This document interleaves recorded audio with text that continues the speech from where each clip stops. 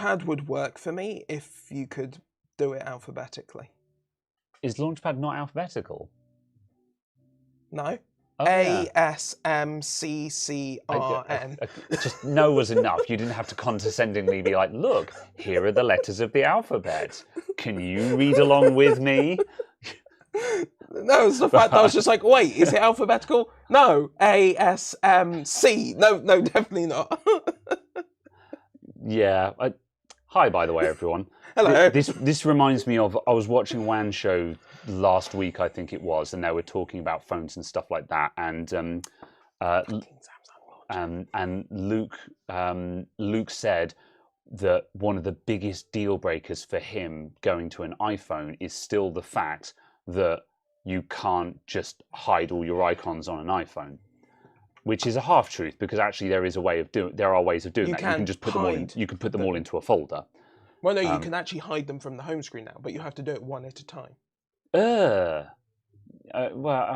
that's the same as on Android, I guess, because Android you have to arrange them one at a time. Yeah, but it doesn't auto-add them. Yeah. To the home screen, so it's a case of to a degree, yeah, it's I didn't know you could hide them on iOS now. Yeah, you can on whatever the latest version is. Oh, okay, yeah. Well, a long bloody last they've done. Are we on 14 now? I can't remember. I don't know. That version. Yeah. I only know because I have a iPhone SE 2020. I see. I mean, I see, not SE. You know. Hi everyone, how you doing? Welcome on in. Sweet baby Jesus, they just appeared out of nowhere. It's the time. It's the time when we appear. The podcast time. The time for the podcast. The time specifically designated as when the podcast begins. Caradog and I think a lot about that one joke from Emperor's New Groove about the poison for Cusco. It lives rent-free in Caradog's head. So... And also, wrong lever! Yeah. Why do we even have that lever? Emperor's New Groove is a really good... Have you seen it yet? The worst thing is I haven't actually seen the film. Please watch Emperor's New Groove so you can just legitimately enjoy the jokes. You know, it's a good thing. Right. Hi. I'm tired. And this is Caradog. Anyway, right. I'm tired, and this is Caradog. And we've had a week. Yeah, we have. It has been a week, and I'm behind on sleep, so that's why I'm mega tired. Anyway, hello everyone. How are you all doing? Welcome to the show. There's like 3 solid minutes of dead time at the start of this now, of me just not talking to the camera. Oh well. Anyway, what is the motto today? Fix it in post. Fix it in post. Well, we've already fixed it. This has already been edited. What is the motto today? I don't know. What is the motto today? I don't know. I don't think we've got one yet. We haven't quite got that far. Drink water. Drink more water. Yes. Let's go with that. Oh, God. Every facet of my life. Yeah. How did that Windows McAfee and 8 other icons sys tray go? Yeah, it went well. I mean, my assistant was working. My Hessian. Yeah, he spent most of a day grinding through that. Most of it was just IO bits. And anyone who's worked in tech support will probably have heard of IO bits, which is a suite of nonsense, make your computer better, faster, stronger apps. You know, like you've got your IO bits VPN, you've got your IO bits defragger, even on an SSD. You've got your IO bits junk remover. There's the IO bits uninstaller. You've got to have that running in the background in case you uninstall something. There's like 6 or 7 apps that are just IO bits. So it had that on it, and then there was like some other one for some other stuff, and just so yeah, we went through and just sledgehammer serviced that computer. And then in addition to that, the thermal paste was cooked, so we did that as well. If you try and go to the IO Bits website, it redirects you to macbooster.net. Got to boost your Mac. With your iTop VPN. iObits is China. Yeah, doesn't surprise me. Yeah, all nonsense. Sai says, I'd sooner nail my iObits to the wall than use that malware. Mac Zing. booster notarized by Apple before distribution. What? I see. Yay Computing, thank you for the £2.50. LTT refunded your customs duty on the screwdriver. Yeah, that was a good result. That was good that got sorted. I have to admit, when you first reported that in the Discord, I was just like, oh, you got stung on customs. That kind of sucks, but what are you gonna do? But yeah, it didn't turn out that they had accidentally listed the product twice on the customs declaration or something like that, which is why it had gone screwy. So yeah, but that's a good result that got sorted. So yes, more to the point, what is today's cider, and why is there no cider? Because I was tired. And I'm like, no, coffee first. I think I'll probably have a cider when I wake up. But yes. So yes.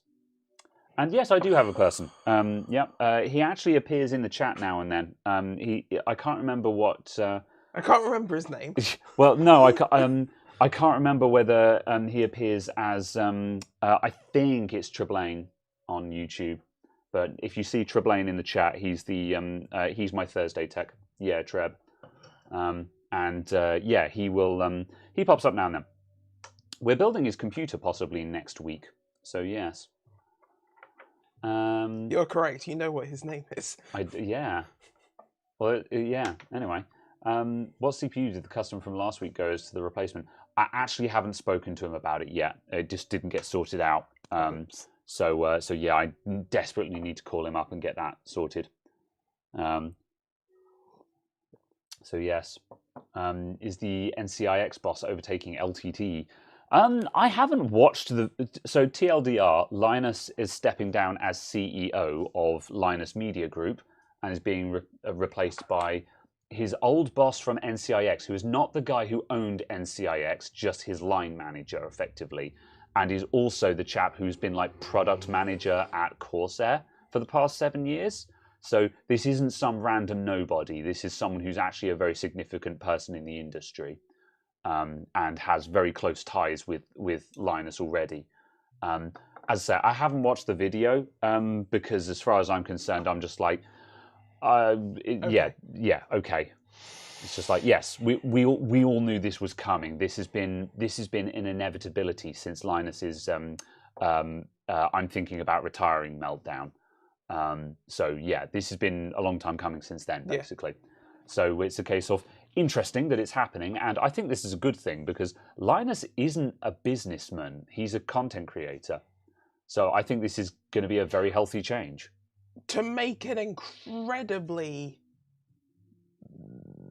opinionated statement, yeah, I hope it improves the quality of their videos, like the actual technical quality of their videos, because every video I've watched of theirs in the past 4 or 5 months, I've just been like, this is missing basic factual information. Or like, yes, you've said this is a unboxing, or you've said this is a review, and actually no, this is just a paid shilling. I mean, they do disclose that.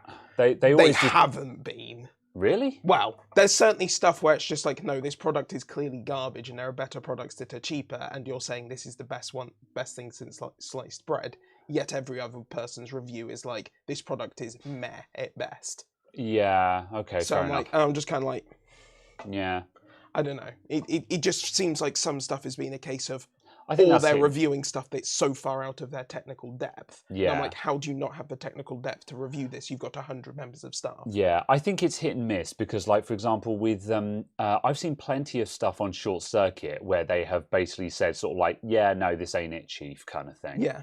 So it's not that they don't give bad reviews per se. Yeah. There are certainly times where I think they've missed the mark. I think there are times where they're certainly, I think it's harsh to say that they're factually incorrect and stuff like that. Maybe lacking some information, but the criticism is that with the resources they have available, they should be better. I think is the key takeaway there. But yeah, that it kind of is what it is. But yeah, maybe it will improve things because now, you know, Linus will now have more time to focus on the content because he's not having to run the business. Exactly. That's how I'm kind of viewing it, in the sense of I'm just hoping that it kind of picks all of that up. Yeah, because that's just it. Like, you know, if I had the money to afford it, you know, I would probably do better to have a manager in my shop than a technician as such, because then I can be like, cool, please run my shop for me while I focus on making videos and fixing stuff, because that's what I want to do. I don't care about running the shop. It's a means to an end. I want to fix stuff and make videos. You know, so that's why it sometimes makes sense for the owner to have someone who's in a higher position. Heavy air quotes. Because it's also a case of, ultimately, if you're the one who creates it and you're the one who makes the company and so on, you can just choose which bits you do because they're the bits you like. And everyone else has to do the bits you don't want to do because, well, that's the position you're hiring them for. And at the same time, this is why it's good that Linus has put himself into the position of head of vision or something like that, which is... I'm slightly disappointed that the title isn't longer. I was hoping that he was going to go... make some bonkers made-up nonsense title. Ridiculous nonsense title. You know, Executive Vice President, Under Secretary to the Supreme something of vision direction in cardinal sins. Department of Protection. Suffice to say, Protection for one truth. Suffice to say, though, he's put himself into a position where, you know, he no longer has the responsibilities of running the business. However, he is the person who will say, this is what I want the business to be doing. Make that happen for me, you know. In the same way that a movie has an executive producer, and the executive producer isn't really creatively involved. They're just saying, this is what I want you to make, kind of thing. And then there are more creative people that actually make that happen, you know. So, absolutely. Right. Scanning down. Hello, Teltac, by the way. Have I considered sleeping properly rather than depending on coffee? No, and I don't want to talk about it. Linus being dramatic for content. Yeah, that's what they need to do to survive. It's the symptom of a bigger problem. Nah. Jerry BVR says, thoughts on the .zip and .mov top-level domains. This is something that is kind of interesting. Oh, there's a super chat that I'm going to get to in just a moment, actually, as well. I see you there, Y209. I just want to quickly cover this because I'm behind on chat. The .zip and .mov top-level domains, I don't know enough to really weigh in on this, but I know that the people who do know enough to weigh in on this are very pissed off about it. So yeah, basically because it now means that you can have a link that ends in .zip or .mov that most people are going to be like, oh, that's going to download a file, right? No, it's going to take you to a website that will probably run some kind of browser exploit. So yeah, that's a thing that could happen. But that's all I know about it.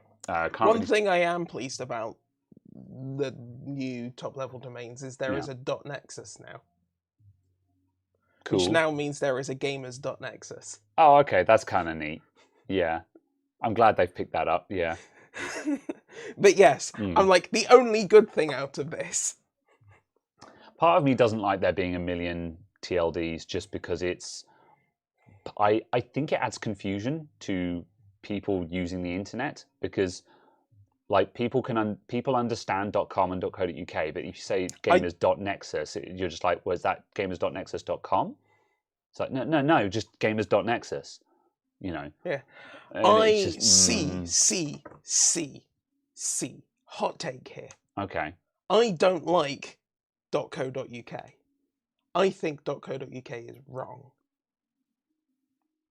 Because if you go all the way back to the beginning, .com was supposed to be for companies. It was supposed to be .company. Yeah. And then there should have been a .us. Yeah. And there should have been a .uk. But for some reason, it became .com as in America and .co.uk for the UK. I agree. I wish it was just .uk. But that's kind of my point. Yeah. it's wrong. Yeah, because and it's not. Who's the UK ICANN, isn't it? No, ICANN is international. Who's the UK I don't know. TLD people? I don't know. But Okay. there is Well, a .uk. Yeah, now. presumably it's their fault. And can you just buy Oh yeah, you can just buy .uk's, can't you? Yeah. However, it's a case of no one is ever going to use one because everyone's going to be like, you mean .co.uk, right? And if you don't own if you own a .uk, you also have to own the .co.uk because otherwise you're going to lose 50% of your traffic immediately. Yeah. So, oh no, .uk is also 79p. Damn, that's not bad. Yeah. Right. At least here. So yeah. Y209 AEX, thank you for the £5 from about half an hour ago. Thank you very much for the £5 super chat. You recently upgraded your case to a Fractal Torrent Compact. What's a good RGB controller to use? This one's tough. Because I had to solve this problem when I built in my Fractal as well, my torrent, and I cheated in the end, and I just reused my NZXT RGB controller from my old case. I never found a decent solution to this, so there are options out there, but they're just annoyingly expensive. I guess the comment kind of depends on what other RGB stuff you have. Well, that's the and if you're using only the Fractal stuff in that case. Yeah. I think the issue is that you're going to need either a motherboard that has 2 or more ARGB channels on it. Because let me put it this way, to make people the Torrent Compact is going to have less of a problem. Although the Torrent Compact, that's just the MIDI tower, right? That's not that's the MIDI, not the ITX one. It is the M-ATX one or the small ATX, not the ITX. The long and the short of it is, though, to put things in perspective, my torrent, which is the original full-size torrent, it comes with 5 fans and an accent strip. So that is 6 RGB devices, and it does not come with a controller. So this is actually quite a difficult problem to solve because you can't just daisy chain 6 devices off of one port on your motherboard. I tried, it doesn't work. You have problems. Like I've got 3 daisy chained things into 2 channels, and mine is a bit squicky now and then. Like occasionally I'll turn it on and the accent strip is not working properly, but after a couple of minutes it just comes good, you know. So this is actually very difficult to solve. And like Caradog has brought up like the Corsair RGB hub, but that doesn't work with ARGB because Corsair is proprietary. So that's I was literally just like, oh, is this something that you could use? I want it. That's what we want. We want something like that, but it's actually quite difficult to find one. There are a couple of them out there. Like I think there's a water cooling one that Winston likes them a lot. That he keeps linking to me every time this comes up in conversation. That is an option, but I think it's not cheap. But it is surprisingly difficult to find just a discrete USB-controlled RGB controller without diving into an ecosystem. So yeah, that's actually tricky to deal with, and I don't have a straight answer. Why? Okay. So yes, Cooler Master. Oh yeah, I think Cooler Master have got an ARGB controller. Yes, I think the Cooler Master one is out there as well. The other issue as well is a lot of them don't have any software control. They've just got a load of built-in presets, which that's going to be fine if you just want to set them all to a fixed color. Is that USB control? That looks really good. No, it takes a motherboard ARGB input. Okay, so it's literally just a hub. Yeah, that's not bad because it's quite smart. 32 quid is a lot for just what is fundamentally a glorified splitter. Yeah. But at least it's a good one because that will do it properly because it will actually have a repeater in it effectively. Well, it's a hub. So yeah, the Cooler Master hub, that's not bad. Just obviously you can't do any sequencing with that because, for example, no, actually I have all of my RGB set to the same effect. So yeah, no, I don't sequence either. Because the problem with using a hub is everything in the computer will display the same pattern. and you might want to have your fans one color and your RGB strips another color, for example, which is a technique I use on most of my RGB setups. However, I don't actually do that with mine at home. Deepcool SC700 12-port hub, $12.99 on Amazon UK. Yeah. Yeah. There we go. Yeah, there you go. That's That would be a great place to start. Like again, this doesn't it's got SATA power on there, so you're Yeah. not gonna Blow up your hub, exploderize the hub. So yeah, so that's where Deepcool SC790. Sorry, SC700. Oh, SC700. What's the 790 then? I think the 790 is a fan controller. Oh, as that's well. got built-in fan control. That's really cool. I like that one a lot. Yeah, you take a PWM off of the motherboard Yeah. and an ARGB off of the motherboard. Yeah. Plug in a SATA, and then it gives you. That's good if you don't have a solution. I mean, the Fractal will come with a fan hub anyway. Because that was infamously its recall problem. However, that's also very good. So yeah, the Deepcool ones are very cheap and very good. The only problem with that will be that you have all of the things on a single channel, which means they all have to do the same pattern or color. Oh yeah, or some generic unknown brand one. For £10 for 10 ports. Yeah. So yeah, that one. Oh yeah, no, it is powered, so it's going to have some electronics in there somewhere just to buffer it. Yeah.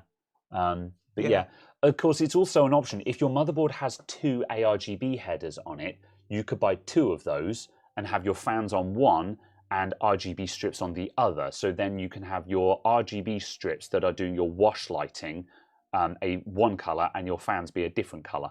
That's the kind of setup that I do, because that gives you a really nice 2-tone mix. Like at the moment, my current obsession is purple and turquoise, which gives that vaporwave look, and it's a really nice look. So that's what I'd be doing. Or if you wanted to be, risque. Oh, just up here.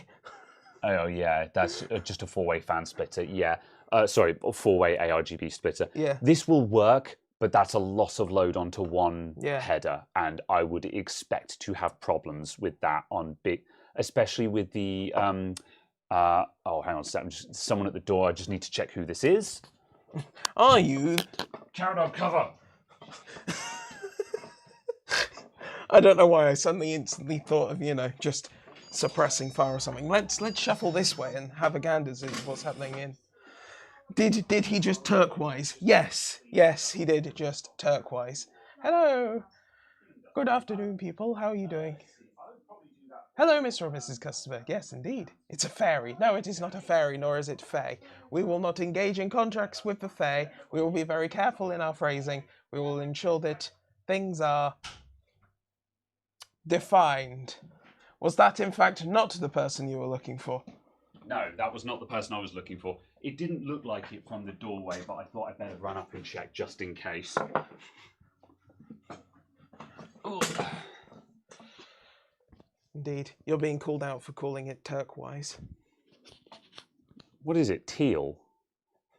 Or is it turquoise? I legitimately don't know the answer to this. Turquoise, like a marquee, but, a grimoire. Or is it turquoise then? Is the S silent? I don't know the answer. I don't know what I'm being like. What am I actually being called out on here? I don't understand. A wise Turkish man, indeed. Well, how do you turquoise? Or is it turquoise then? Did I not get my oi in there? Oi. Oi. Is that actually it? Is that what I'm being called out for, saying turquoise instead of turquoise? Turquoise. Whatever. Anyway. Hello, Dale. What's on the agenda today? Nonsense. Stuff and nonsense, if I'm honest. Oh my god. So, yeah. Would you like to get a Razer Chroma addressable RGB A hub? No, never mind. Addressable RGB controller ARGB hub for 40 quid. Yeah, that's got USB and software control though. So you're now looking Good at heavens. you now actually have a full solution. And I wouldn't be buying the Razer stuff unless you're already in the Razer ecosystem. Like, if you're one of those and you like Razer keyboards Plug in and your mice, RGB SSD. Look at it, your RGB SSD. if you like Razer, you could buy that. But yeah, like again, like the Corsair ones are reasonably expensive as well. But the difference is like Corsair IQ is actually good in my opinion. So I love some of the Amazon specifications. I see. 3.2 inches by 3.2 inches by 4.41 litres. Okay. The Razer one is quite good and uses 3-pin ARGB. Oh my god, yeah, what? see, that's fair. Yeah, it's just, again, it's just if you want to run the Razer software. So yes. Good heavens. Right. I'm scanning through the chat and I'm just like, right, scanning past all the turquoise nonsense, you know. Okay, right. The controller in the TechWare Forge M60 does 10 or 12 rounds with software controlled ARGB. That's neat. Yeah, the TechWare stuff, it got mentioned a couple of weeks ago, and then Sai was looking for a case. I was like, hey, here's one. It's by TechWare, which was something that people were raving about. They seem pretty good. Just a thought, but yeah. Any news on the new microscope? I have reshot sections of the video that I was unhappy with, and I'm going to attempt to edit it this weekend. So yeah, I can't remember how much I told you guys, but the hold up on the microscope video was I got to editing it and I looked through the footage and I was like, I hate this. I don't like this at all. And so it was waiting a reshoot. But yes, I have reshot the footage that I don't like, and I'm ready to edit that. If that doesn't come together, I've got another video that's ready to edit instead. So there will be another video on Tuesday I'm going to go for. But yeah, what have you spotted now? So you know how brands love having random just for their names for products on Amazon? Right. Would you like a Goozy smart LED light bar? Or an Air Goo RGB PC? Yeah, it's just nonsense generated names, isn't it? Glass panels were a mistake. I love them. You say that, I'm... Glass panels are better than polystyrene bag panels, though. Yes, I agree with that, yeah. I'm in talks, and I don't know if it's going to come, or I'm in talks with, and I'm hoping they're going to send to me, a company's going to send me a laser cutter engraver machine thingy. Can't remember if I mentioned this to you or not. But yeah, it's a hobby laser cutter that will do etching and engraving. That's cool. It is my hope, and what I'm going to attempt to do is I'm going to attempt to do etching on a tempered glass side panel. Yes. Because if I can do that and I can do custom etching on side panels, that'd be super cool. Absolutely. There's a lot of cool things that we could do with that. So yeah, but there's a lot of ums and ers about that because it's one of the cheap Chinese ones, and with the limited research I've already done, they're inherently really dangerous devices because they're basically just an open gantry style thing. And it's like a laser cutter that doesn't have like a full metal enclosure and stuff like that. It's just I see. Their marketing for these, it shows them using it like in a living room with the dog and a toddler running around kind of thing. And you're like, are you high? Or, well, you are because you're using a laser cutter in an unventilated room. You know. Sorry, yeah. but that's also that feels like it's in exactly the same category as just replace your LED bulbs with UVB bulbs, and you will instantly reduce your electricity costs. Yeah. So yeah, the issue with it is that this is one of the cheap Chinese ones. They're inherently unsafe out of the box. Yeah. So basically. However, also like even one of these cheap ones, this is like $800 or $900. This machine, oh, wow. So, so it's just like real ones cost mega money. So I'm like, I'll take this because it's cheap and potentially free to me as a review sample.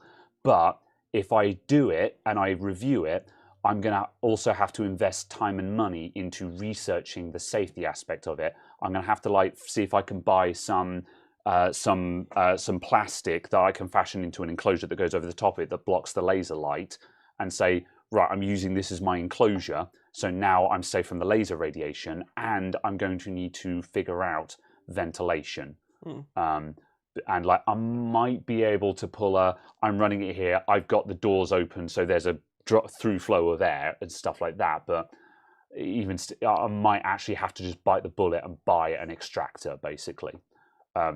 There's complications to this, so this is going to be tricky.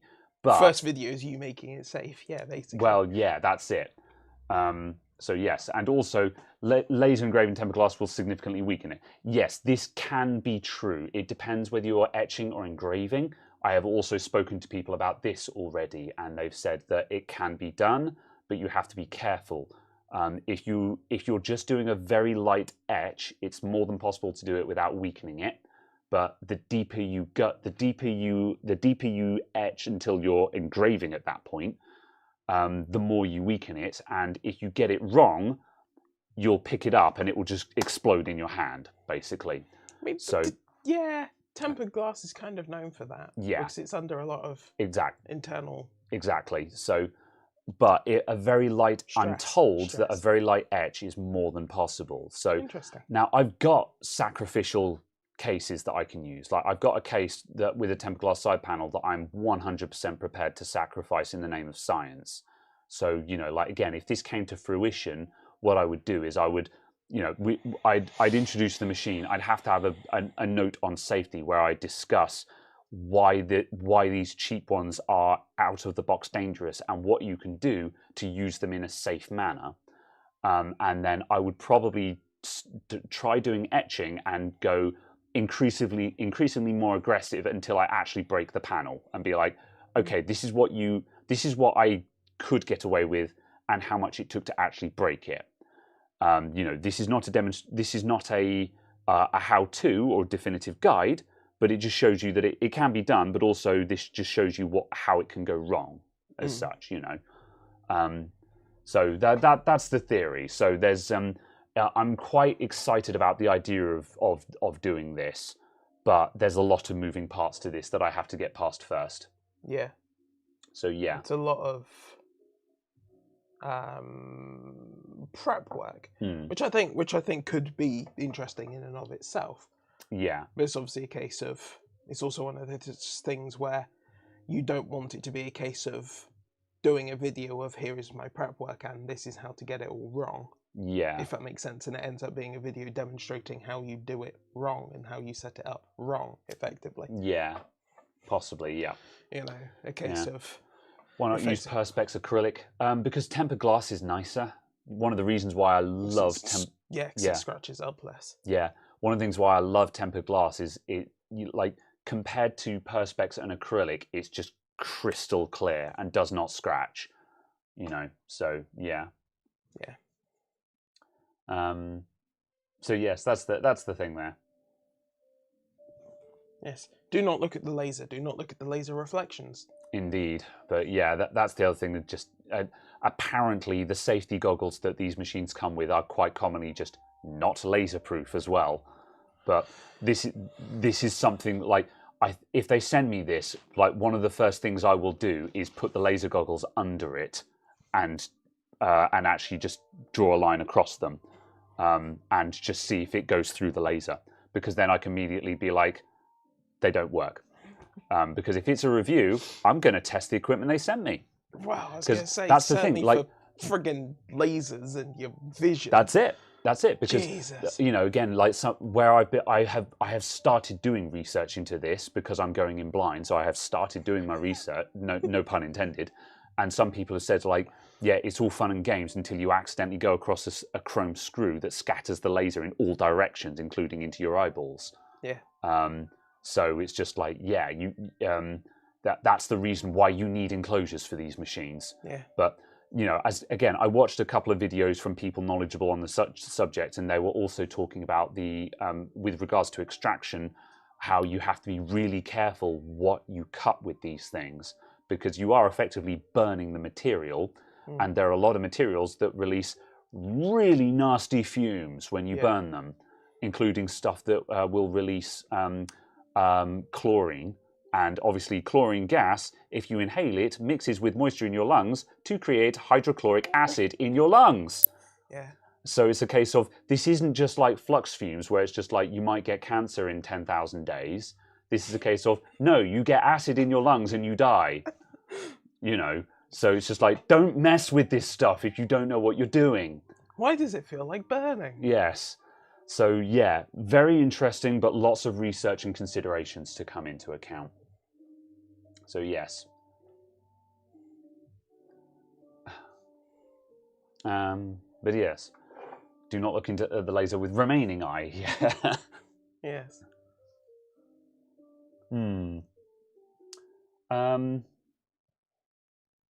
Okay, so yes. So yeah, that's the thing. That is something that I am kind of looking into and will be interesting, I think. Safety squint. No. There is no safety squint. Yeah. Is there gentle music playing in the background? Yes, I forgot to turn down the music. So at points it is gentle. At some point it is quite brisk. Yes.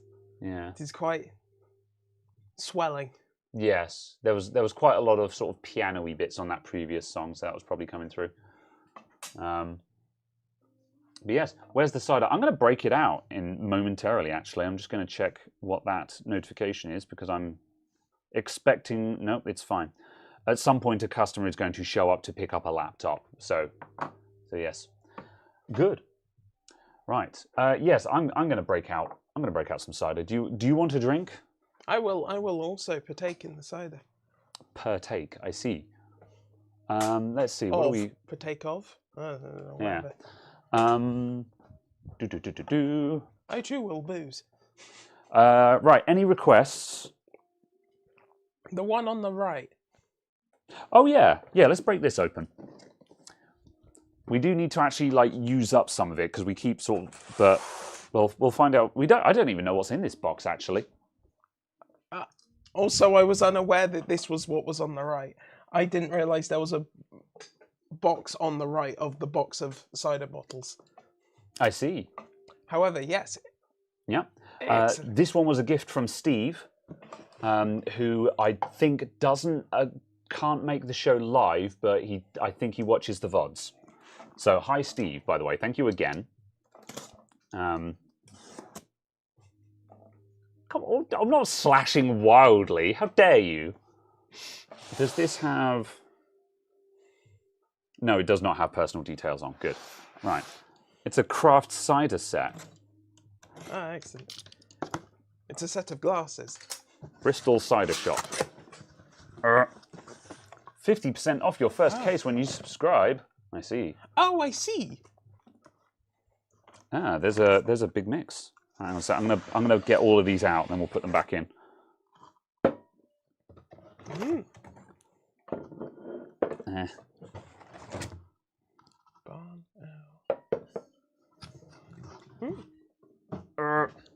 Posh cider. It does look it, doesn't it? That's ever so slightly confusing. To make a cider company called Perry's Cider. Oh, that's very confusing. Yeah. The Taunton. Oh, the Taunton Cider Co. Yeah. Vintage, 6%. Whirlies, Somerset-made red hen. That's a very ye olde label, that one. That's a 6.2. It's a medium dry. Rich and smooth, I see. We've got Sanford Orchards. That's a 7.4. Finest cask-aged cider. That one looks like it's going to be... I like that it's got a little scale on the back as well for where they're saying... Oh, yeah. This is where we fall on... Yeah. And yes. And Perry's. Perry's not Perry, but definitely cider. Yes. It's got a this owl is doing the relieved emoji, and I support this owl. I might have this one just for the relieved emoji owl. This is a relieved owl. It has been relieved of its owlness. It is no longer an owl. 5.5. There we go. Oh, that one won't blow my head off. And what was that one? Honey's Midford cider, made in Bath. Nice. Quite a few sort of semi-local ones here. Nice. I'm gonna have relieved emoji owl. I like that their email address is cheers@honey cider. Yeah, that's cool. Yeah. Honey's cider is only a mile from where you live. Oh, rad. That's cool. I'm going to really. I understood made in Bath.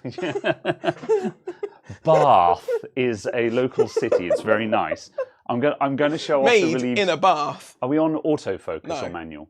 Okay. It's on manual. Okay. Well, there's a blurred relieved emoji owl. Dear. Hold on. It's not worth it.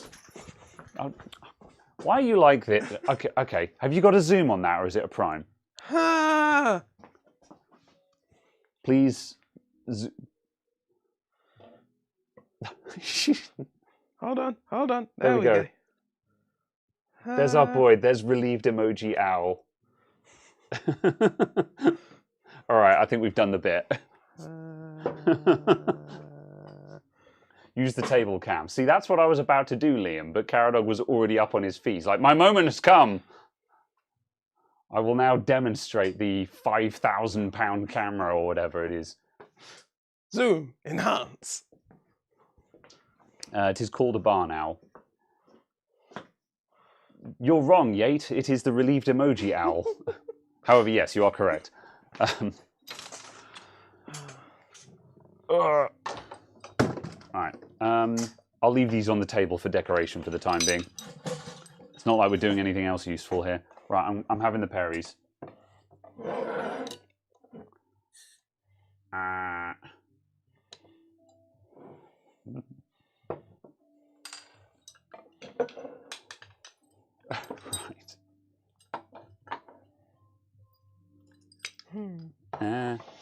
I'll take this one.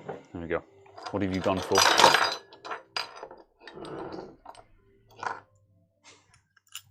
Oh, I see. I was very confused there. Right. Honey's Midford cider with a sparkle. Hammer time. It is. It's time to thog.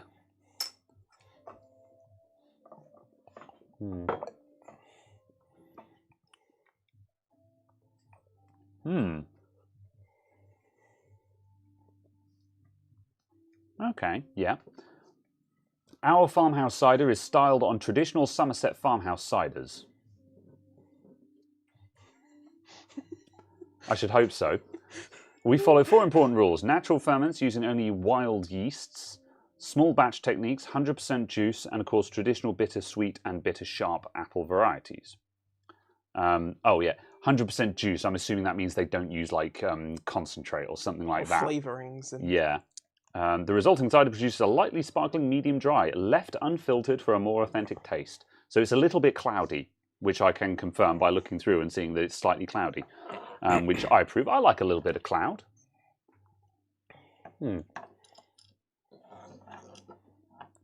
Yes. That is very juicy, if that makes any sense whatsoever. Owl is it? Oh, it's very good. You shall get a glass and pour each other a bit for tasting. I shall.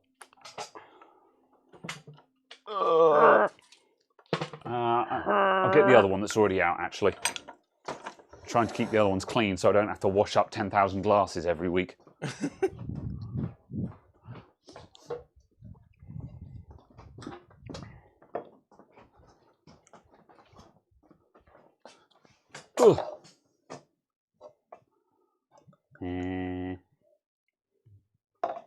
It's quite light, isn't it? Yeah, it looks lighter now it's out of the glass. Because it's out of the bottle, rather.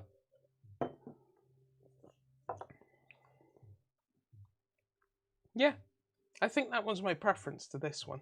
Okay, yeah. Very well. Si, why are you like this? Any tech tinkering this week?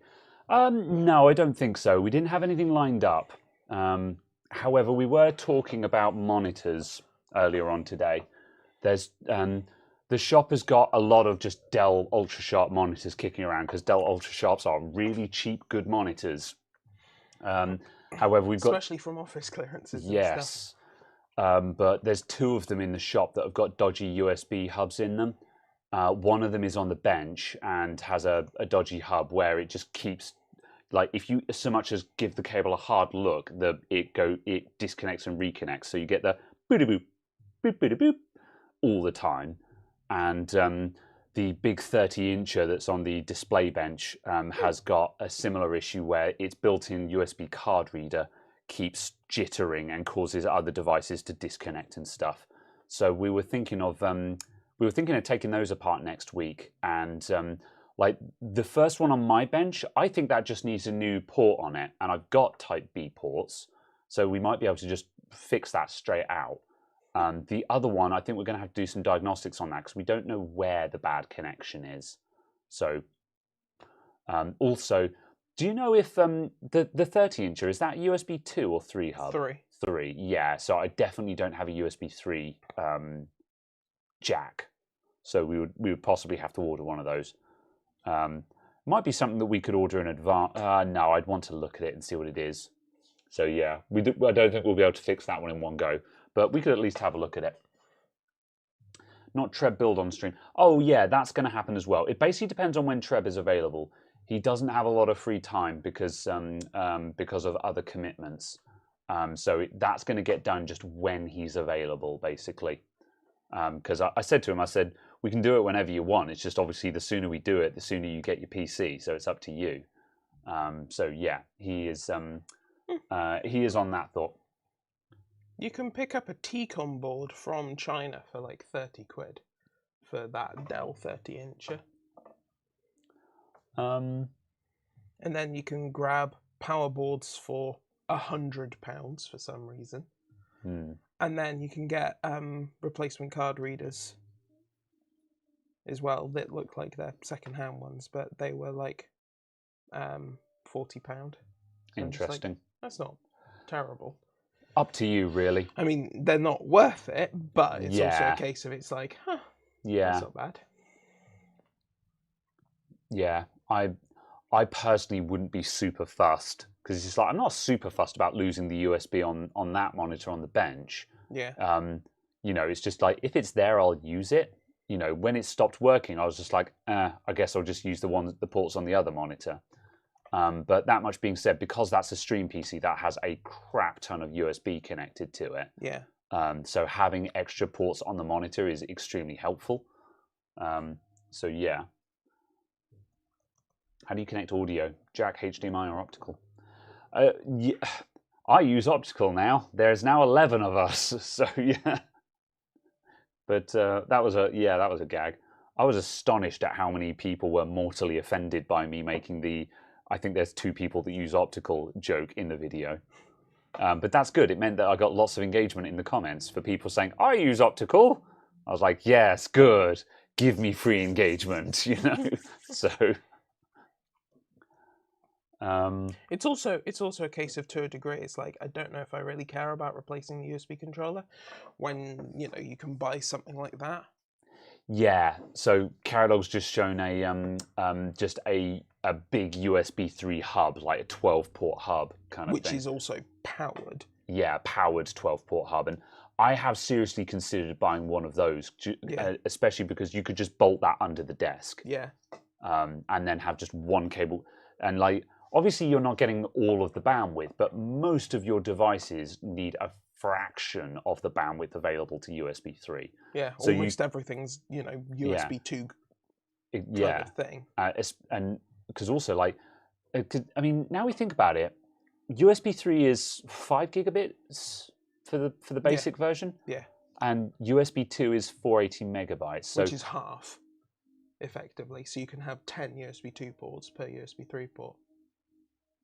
Yes, yeah. Effectively. Yes. You can have 10 full speed. Yes, USB you said ports. half, and I'm like, no, it's a lot less than half. It's a tenth. Oh, sorry, is a half. I meant to say, as in 480 megabit is half of a gigabit. Oh, I see. Yes. So you can have 10. Okay. Yeah. Yeah. Yes. Fine. Yes. Yeah. So even if you oh wow. Yeah. So now I think about that even more. So like you can be using 10 ports on a 12-port hub, still having full bandwidth available to all of the devices, and that's assuming that they use the full USB 2 bandwidth, which most of them don't. Yeah. Because that's also the thing about stream PCs is a lot of those USB devices you've got connected are pretty low bandwidth. Things like microphones and things like that. Yeah. They don't use a lot of bandwidth. Which is why I really love motherboards that will have like a 4 stack of of USB 3 10 gigabit, a 20 gigabit port, a 20 gigabit Type C, and then a 4 stack of Type 2s of USB 2s. Yeah. And I'm just like, because I can put the keyboard, mouse, microphone in the USB 2s. Yeah. I don't need. It's a lot of the time when people say, "Oh, I need lots of USB." They don't need lots of fast USB. They just need lots 2 different controllers, because sometimes devices don't like being on the same controller. So 2 different controllers, and then 4 USB 2s, and you cover most of the requirements. Yeah. Yeah, I agree with that. And so, that's something that I'm sort of thinking about a lot. Yeah. How much is one of those 12-port ones? This one here specifically is 30 quid. The other one was like 50 quid. Oh, I remember now. That's the reason why I haven't done this yet, is just I feel like they're expensive for what they are. Kind of. Clearly there's a lot more going on in them than I'm giving credit for. The actual, they must have a controller in them that is actually having to do a significant amount of work. Because that's a lot of money for a USB hub, I think. Yeah, it's also a case of I'm kind of split on whether I want to get one of those or like one of the ones that's like only a 4-port kind of thing, but it's 2 USB-C ports, 2 5 gigabit ports to Type C kind of thing. Yeah. How about capture cards? Don't they use a lot of bandwidth? Yeah. Cameras, capture cards, and stuff like that will use a lot of bandwidth. We're still talking USB 2 territory because, I mean, most webcams are USB 2. So again, you're limited to 480 there anyway. And a lot of capture cards are USB 2. Some capture cards are USB 3, but I don't know how much bandwidth they're actually using. Because Camlink is USB 3, isn't it? It is, yeah. It's 4K. Yeah. Basically has to be. Yeah. Well, this is the thing that I would be like, oh yeah, if you want anything over 1080p 60, no, well, 1080p 60 needs to be USB 3, but the Instagram, I keep calling them Instagram 360. I'm sorry, the Insta360 Link cameras that I'm using as my main cameras now are they can do 4K and they can do 1080p 60 FPS, and they are USB 2. So they're also just obviously not trying to push a 40 megabit. Yeah, they just have really good compression on them, because as I say, they are clearer and have superior compression to the Logitechs, to the Brio. But they're doing that over USB 2, so they've obviously got a really sick compression algorithm on them. Yeah. Well, it doesn't even need to be that fancy, because look at how good X264 looks. This is true, I guess. In that, I'll rephrase that. You can do that in fixed function hardware. Yeah. Now, it's just a case of they've actually bothered. Yeah, that's the thing. It's just all other webcams are bollocks, basically. Yeah. So yeah. So yeah, that's the thing. Is although there are some things like capture cards and stuff that will be high bandwidth devices. However, I'm not saying that you don't need any USB 3. Some of your devices you will want to be on USB 3, and again, because of latency and stuff like that, you might actually want them directly into the back of the PC. However, a large amount of stuff doesn't care, won't notice. You can just stuff all of the extra small bits onto a port. Like hell, at my desk at home, 2 of the USB things I have are just power. Like my desk light is USB powered, and the clock I have on my bench is USB powered. Like I have those going into a USB charger with a double output on it, but still, those are things where it's a case of this doesn't even need bandwidth; it just needs power. You know. Yeah. So yes. Howdy, howdy, non-existent. And hello, Mr. Simok. So yes. Wild Floor Lamp says, the issue with most USB hubs isn't bandwidth, but clocking. I always get issues with timing relevant to USB devices on large hubs. Interesting. I presume how does that manifest? Like, what does it look like when you have a clocking problem? I don't know if that would apply when you're only using one port at a time, kind of thing. Effectively. So all the devices are plugged in, but you're only actually transferring anything on one of them. Yeah, potentially. Yeah. Like, again, also another use case is if you're using external drives and stuff like that, personally, I would still connect those directly to the computer. Because at that point, yeah, because also, like, I don't know how good the quality of service is on hubs. Like, if you plug an external SSD into your USB hub and start a big file transfer, does that completely drown out all other devices on the hub, or does it have a level of quality of service where it guarantees at least limited functionality of the other devices? So yeah. Flyam says audio devices skipping, input devices jumping, entire hub crashing. Yeah, okay, yeah. I don't know. I've not tried it because I haven't tried using any big hubs before. The most I've used is like monitor hubs that have 2 or 3 ports on them. So I've never had any major issues there. So yeah, it depends on the quality of the hub, I guess. Yeah.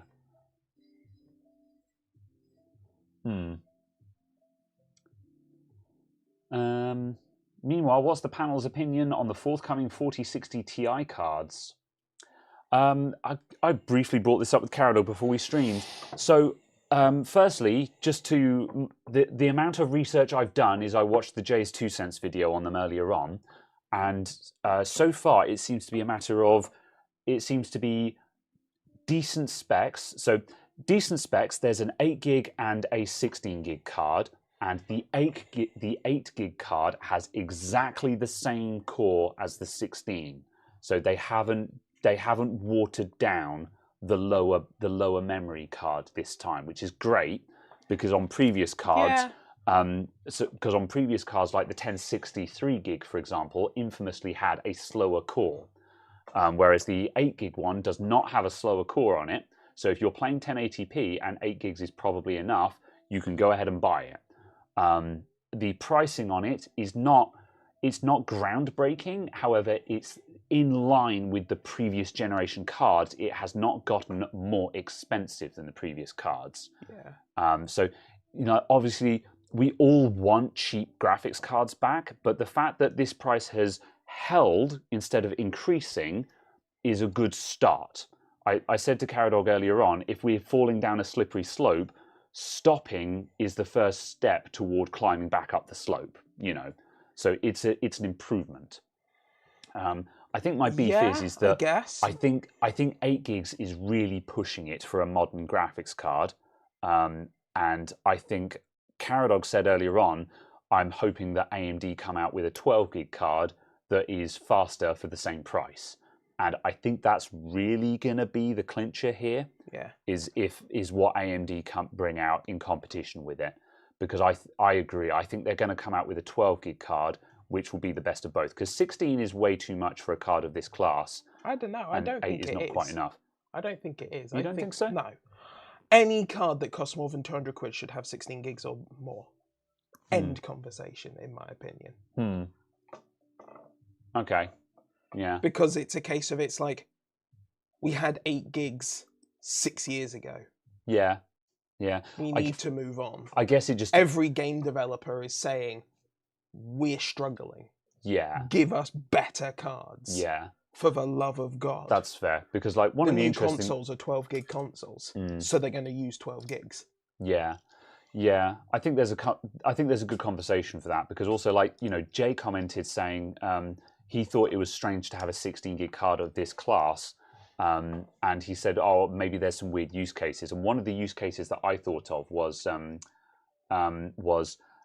if you play, if you're a VR enthusiast and you play VR chat, which is one of my use cases right now, if you're trying to build a mid-range brand new computer with a 60 class card in it, the 16 gig will be really good for that because you're getting a cheaper card, but VR chat needs loads of VRAM because no one optimizes their avatars, and they all have really poor performance avatars with a lot of texture usage on them. Yeah. So having lots of VRAM is really good for VR chat. So that's one example of when you might be buying a mid-range card but want more memory on it. Yeah. It's also a case of... That also demonstrates the reason why just having more memory is just better anyway. Yeah, but it's also a case of it's a £500 graphics card. Yeah, yeah. A £500 graphics card shouldn't be oh, well, I'm skimping on some RAM. It's £500. We have been gaslit into thinking that that's normal. Yeah. I remember back in my day when the hecking expensive top-of-the-line graphics card was £500. When that was literally the most you could spend on a graphics card. It wasn't even that long ago, was it? And sure, I realise we have this year had 15 to 20% inflation. Yeah. I understand that. That's a separate conversation that is not suitable for this channel. However, I understand that, but it's also just a case of a £500 graphics card shouldn't be oh yeah, it will just about scrape through playing 1080p on medium settings. Yeah. That's not what a £500 graphics card should be. Yeah, I agree. I did also mention I dislike that again in Jay's video. He said, "Oh, you're targeting 1080p kind of thing." And I said to Caradog earlier on, I was just like, "Why is it that in the year 2023, a mid-range, like an enthusiast graphics card? Because obviously, I view the 4060 Ti as the top end of what normal people would buy." Yeah. Anyone who buys above a 4060 Ti isn't a normal person. Yeah. If that makes sense in that category. Yeah. They are a serious game. Yeah. So in this case, I'll call it an enthusiast card because we're out of the media PC spec cards and into this is a performance class card, Yeah. So why in the year 2023 is any brand new enthusiast card targeting 1080p? I mean, I can understand why on one side. Targeting 1440p, 60 FPS should be our minimum standard now, I think. I can understand why when getting 50% of people to 1080p or above is still a target that the gaming industry has. True. Yeah, sort of but that's a them problem. It's a case of just because people are cheap and not buying. And not buying, like, again, the fact that, like you say, 1080p is not, we're still trying to get people up to 1080p kind of thing. Like, 1080p monitors cost nothing. They cost nothing. Why don't you have one? Yeah. Absolutely. But also, so why are we catering toward them? But kind of. But also a case of we need to make sure that we have architectures that function well at 1080p. Yeah. Because as proven with the 30 series, RDNA 2 is faster at 1080p in relative scaling. Yeah. Than whatever the hell the architecture was called for the 30 series. I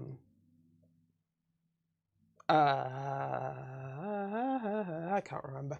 But than that architecture. And then it's a case of, obviously, we then saw with this generation that Ada was better at 1080p again. Relatively, the relative scaling was more linear again. It didn't have that drop off. Okay, yeah. And just kind of stuff like that. So it's kind of a case of, obviously, we still need, as a community, as people purchasing graphics cards. Yeah. Ampere, yeah. We need AMD and NVIDIA to still release graphics cards that work well at 1080p. Yeah. Because 1080p is still the most common option. Yeah. And it's a case of, obviously, if you stop looking at 1080p above the 4060 Ti, then yeah, that absolutely makes sense. But also a case of we still need an architecture that works well at 1080p. Yes. Because 1080p is the pro gaming resolution. Because that's where you get your 480 hertz, 500 hertz monitors. That makes sense. So it's also a case of kind of... I realise this conversation just went... Yes. But it's kind of a case of all of these reasons mean that we should not discredit 1080p. Yes, I understand, yeah. For the duration of that, I was kind of sitting here going, and then at the end I'm like, Oh, I see where you're going with this now. Yeah. Yes. Yeah. I realised that started here, ended here, and I went. I agree. You have provided in defense of 1080p gaming. I understand now that we do indeed need 1080p graphics cards. However, we need. However, they shouldn't cost £500 though. Yeah. Exactly. Yeah, and that shouldn't mean that the card generation is aiming at that, or that their cards are artificially limited to only functioning on that, and so on. It's a case that we should make sure that they still support that well, given that 1080p is such a majority and is where the pro gaming is, kind of thing, for the vast majority of esports pro gaming stuff. We should be demanding that the architectures function well at 1080p, but it's also a case of, obviously, we need 80 class, 80 Ti class, blah blah blah XTX class cards that work well at 4K. Yeah. Because that's also what everyone is slowly progressing towards, is 4K. Because I'd imagine that next time you buy monitors, they will be 4K. Because it's a case of the next time you buy monitors will probably also be 3 or 4 years' time. Yeah. And it will be a case of 1440p will have dropped into a budget category for gaming monitors. It won't have dropped into a budget category for monitors as a full spectrum, but kind of it will have got to the point where people who are spending the amounts that we spend on computers will look at 4040p, kind of going, that's kind of a budget option now, isn't it? Unless you're playing at 360 hertz. And most game engines won't run at 360 hertz. You know, we'll be 5 or 6 generations on graphics cards, 5 or 6 generations on CPUs, and we'll take today's games and they won't run at 360 hertz. Yeah. Because the engines physically can't do it. Yeah. So it's kind of a case of also separately, there is a separate conversation which is a tangent off of this, of we need games to actually support high refresh. Yes. We also just need games to be finished when they're launched. I was going to say, that's kind of our biggest issue at the moment. Like, I think that's a valid point. I think to a certain extent, that's not going to happen as soon as people think it is, because of the issue of diminishing returns. Like, absolutely. You know, like for example, with you could say, well, by this token, we're going to be looking for higher and higher refresh rates. It's like, well, actually, we're not, because of the massive diminishing returns. Yeah, I think we are going to. I think we're going to see 360 hertz come in and become commonplace like 144 hertz did. Just because the panel manufacturers are going to stop making 144 hertz and 360 hertz will be the same price. I guess, yeah. Well, in the same way as you could go out and buy a 1366 by 768 TV today, or you could go buy a 4K TV and spend less money on the 4K TV. True. That's what I mean. I see what you mean. It will be a case that 360 hertz will replace those slow monitors, because that's all the panels that will be made, and it will be actually cheaper to buy one. Yeah, and actually, it's not that as a concept that I was objecting to, but rather the time scale. I see. Yeah. But that much being said, though, you know, I'm thinking, well, high refresh rate, you know, that has only been a thing for what, 3 or 4 years? No. Maybe 5? No. 6, 7? I mean, like, really, other than really exotic, you know. Yeah, I mean, commonplace, you know. Well, it's not even commonplace now. Exactly, that's kind of my point. But being a thing that is something that you would look for as a feature, I would say 4 years, 5 years. Yeah, would be actually looking for it as a feature. Exactly that. It's taken 4 or 5 years for people to be looking for at least 144 hertz as a feature.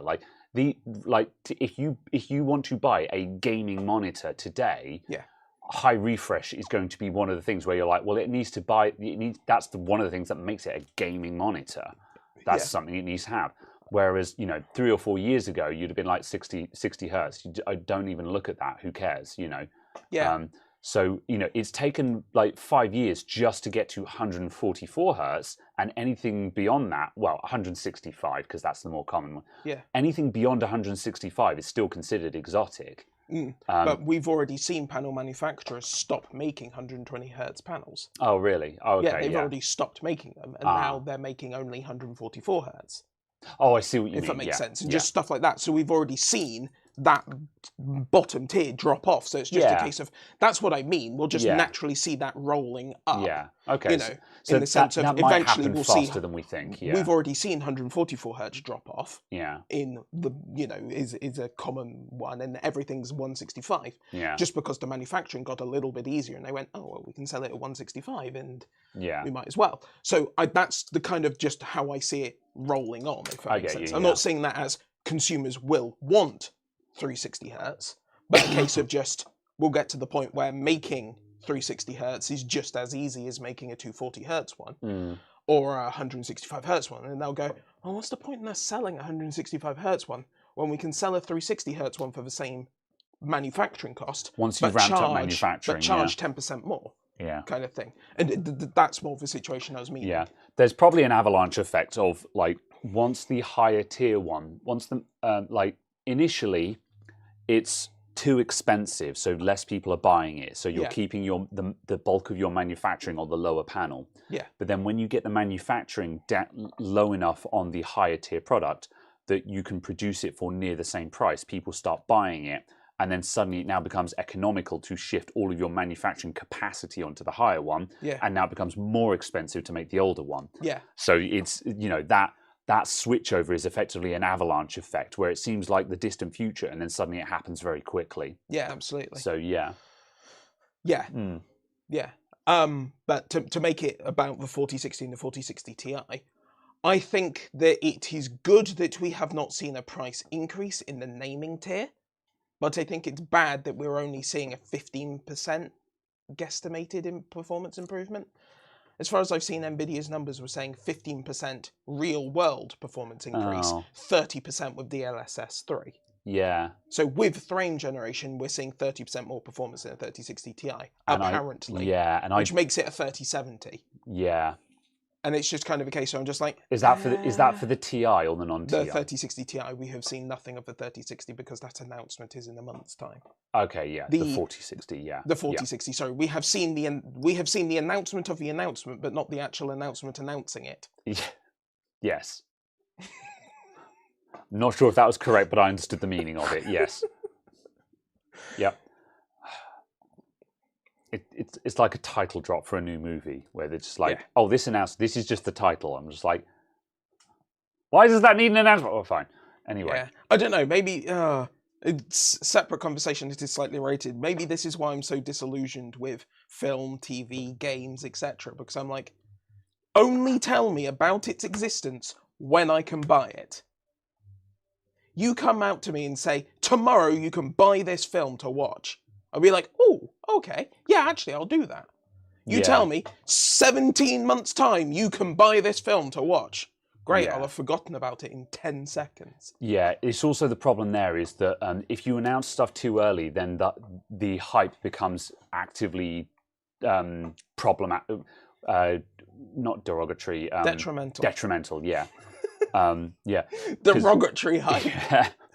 Because this is what happens when stuff gets overhyped, and that's the thing. It's just like this happened recently with at a recent event. It was announced that Hollow Knight Silk Song got delayed again, the sequel to Hollow Knight, and like this is a game that has been on its way for a very long time now, and it just got delayed again, and it's a case of, you guys needed to not say so much about it. You should have just said, yes, we're working on a sequel. That's it. And then do all of the announcements and the hype train when it is 6 months away from completion. Not even that. When it is finished, when you go, no, this game is finished, we're happy to release this, then you start all of that and then go, right, 6 months, how are we going to make this even better? Yeah, that's how I view it as a project manager. Yeah, kind of position. Yeah, okay. Perhaps that is the solution there. Because you look at it when you we could release this next week. Yeah. So let's start ramping everything up. Yeah. Because that then gives us 4, 5, 6 months of bug fixing. Actually, this mechanic doesn't work very well. Yeah. I think that's quite an extreme swing. But on the other hand, given the state of, as we alluded to, how many games are coming out that are just broken on release, it is clear that AAA studios are drastically underestimating how long a game takes, or otherwise trying, or by whatever means, they are trying to release way too soon. Yeah. And part of that is because of announced release dates, where they're like, well, we can't miss the release date, so it's shipping on that date, finished or not. Yeah. Which, you know, that seems to be the case for a lot of these things, you know. Yeah, absolutely. I think that's kind of the thing. Yeah. So yeah, dream on. They want to sell the game and beat it. Yeah, pretty much that. So. Yeah. Yeah, absolutely. And it's just kind of... Telltale. Meanwhile, as soon as the Dune Part 2 trailer dropped, I booked the first screening day off. You pre-booked a movie? What do you think, they're going to run out of seats? I mean, probably. They are a physical quantity.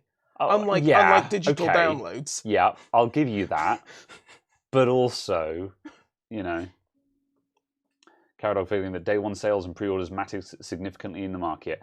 They shouldn't do. I agree. Like, I think no, absolutely. That, yeah, like we have to remember. I am intentionally taking an extremely hard, contrary view of the present situation to provide talking points. Yeah, there is always the way things are and the way things should be, and we are very much talking about the way things should be here. Well, not even should. The way things ideally would be if everything were magically perfect. The should be is somewhere between the two. I guess, yeah. Should be is, this is attainable. Yeah. You know, whereas, in an ideal world is a case of, this is what we want, but it's not really attainable. No. Should be is, this is towards what we want and is actually attainable. Yeah. If you only did it, you know. So, yeah, okay. PC gaming is dying. I don't think so at all. I think it's got more interest than ever, actually. If we gaming only on a PC has reduced this year compared to 2020 and 2021, 2022. Shockingly. Okay. You know, there's major reasons for that. Yeah, I was going to say, this is the problem. All stats from the pandemic era are basically null and void. Yeah, but also just a case of gaming as an industry is bigger than it's ever been. Yeah. PC gaming specifically, I would imagine is smaller. Yeah. The new generation of gamers, the new generation of kids, they all want PCs because all their friends are on Discord. That's mind-boggling to me as apparently an old fart. I don't have any numbers to back this up, but based on just my observations... But yeah, that was a conversation I had. Yeah, this is based on my observations. Kids want PCs because on PCs, they're in Discord with all of their friends, watching YouTube videos and playing multiplayer games together. You can't get that experience on an Xbox. You know, that's wild. Because the best you can do on an Xbox is have friends and matchmake into public lobbies with your friends and have some idiot screaming down his mic to you. That's the console gaming experience. You know, whereas on PC you have a closed friend group that you're playing games with and watching videos with and sharing memes with. That's modern internet culture. That's what kids want these days. I think they want that more than an Xbox. I think young kids are probably starting on consoles because they're simple and easy to understand. You know, like my nephew, he games on a Switch, so he's all about Switch. But, you know, give him a couple of years, he's going to want a PC. Mark my words. Like, I haven't sold him on that. I haven't been instilling ideas into him, but that's what he's going to want. Yet. Well, that much being said, you know, he's been here and played VR games. Like, last time my family came over to visit, he was playing Beat Saber on the Lianli with in VR, and you know he would. So you know he was just like, and so he was just like, I want this kind of thing, and you know my sister was just like, how much does it cost? You know, and I said, well, the headset not much, but it's got a $2,000 gaming PC driving it. You know, so we can do it cheap. Do not expect change out of £5,000. Yeah, we can do it cheaper than this. However, this is a complicated topic. However, if you want to have a conversation about that at some point, I'm more than happy to do that. Yeah, absolutely. However, it is, give him a couple of years, he's going to want a gaming PC. Yeah. But again, that much being said, though, I have no numbers to back this up, and also I'm not a parent. No, absolutely. Also, though, I get lots of kids coming in, or their parents bring in their laptop, and their kids are just like, the gaming PC's on display, and they're like, oh, do you want one of those? And they clearly want it. But also, these are kids that are already coming into the shop so biased because preaching to the choir. So yeah. But also a case of... Take this with a pinch of salt, you get the point. I was having a conversation with a friend's kid who is 12, 13, I think. Something about that point. And we were just talking, and I was and I happened to mention Discord, something like that. And they said, oh, why are you on Discord? That's weird. It's full of, the only people who use Discord are like kids my age and younger kind of thing. And I was like, first of all, terms of service. But second of all, how dare you? How very dare you? That one gif of Matt Damon in Saving Private Ryan growing old at the end of the film, do not speak to me of the... Do not quote the old magics to me.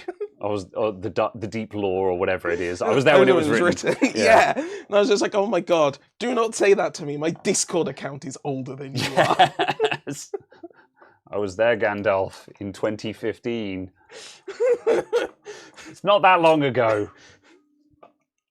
No, I jest, but yes. Yes. Segue into next week's budget PC build. Yes, hello, Tribblane.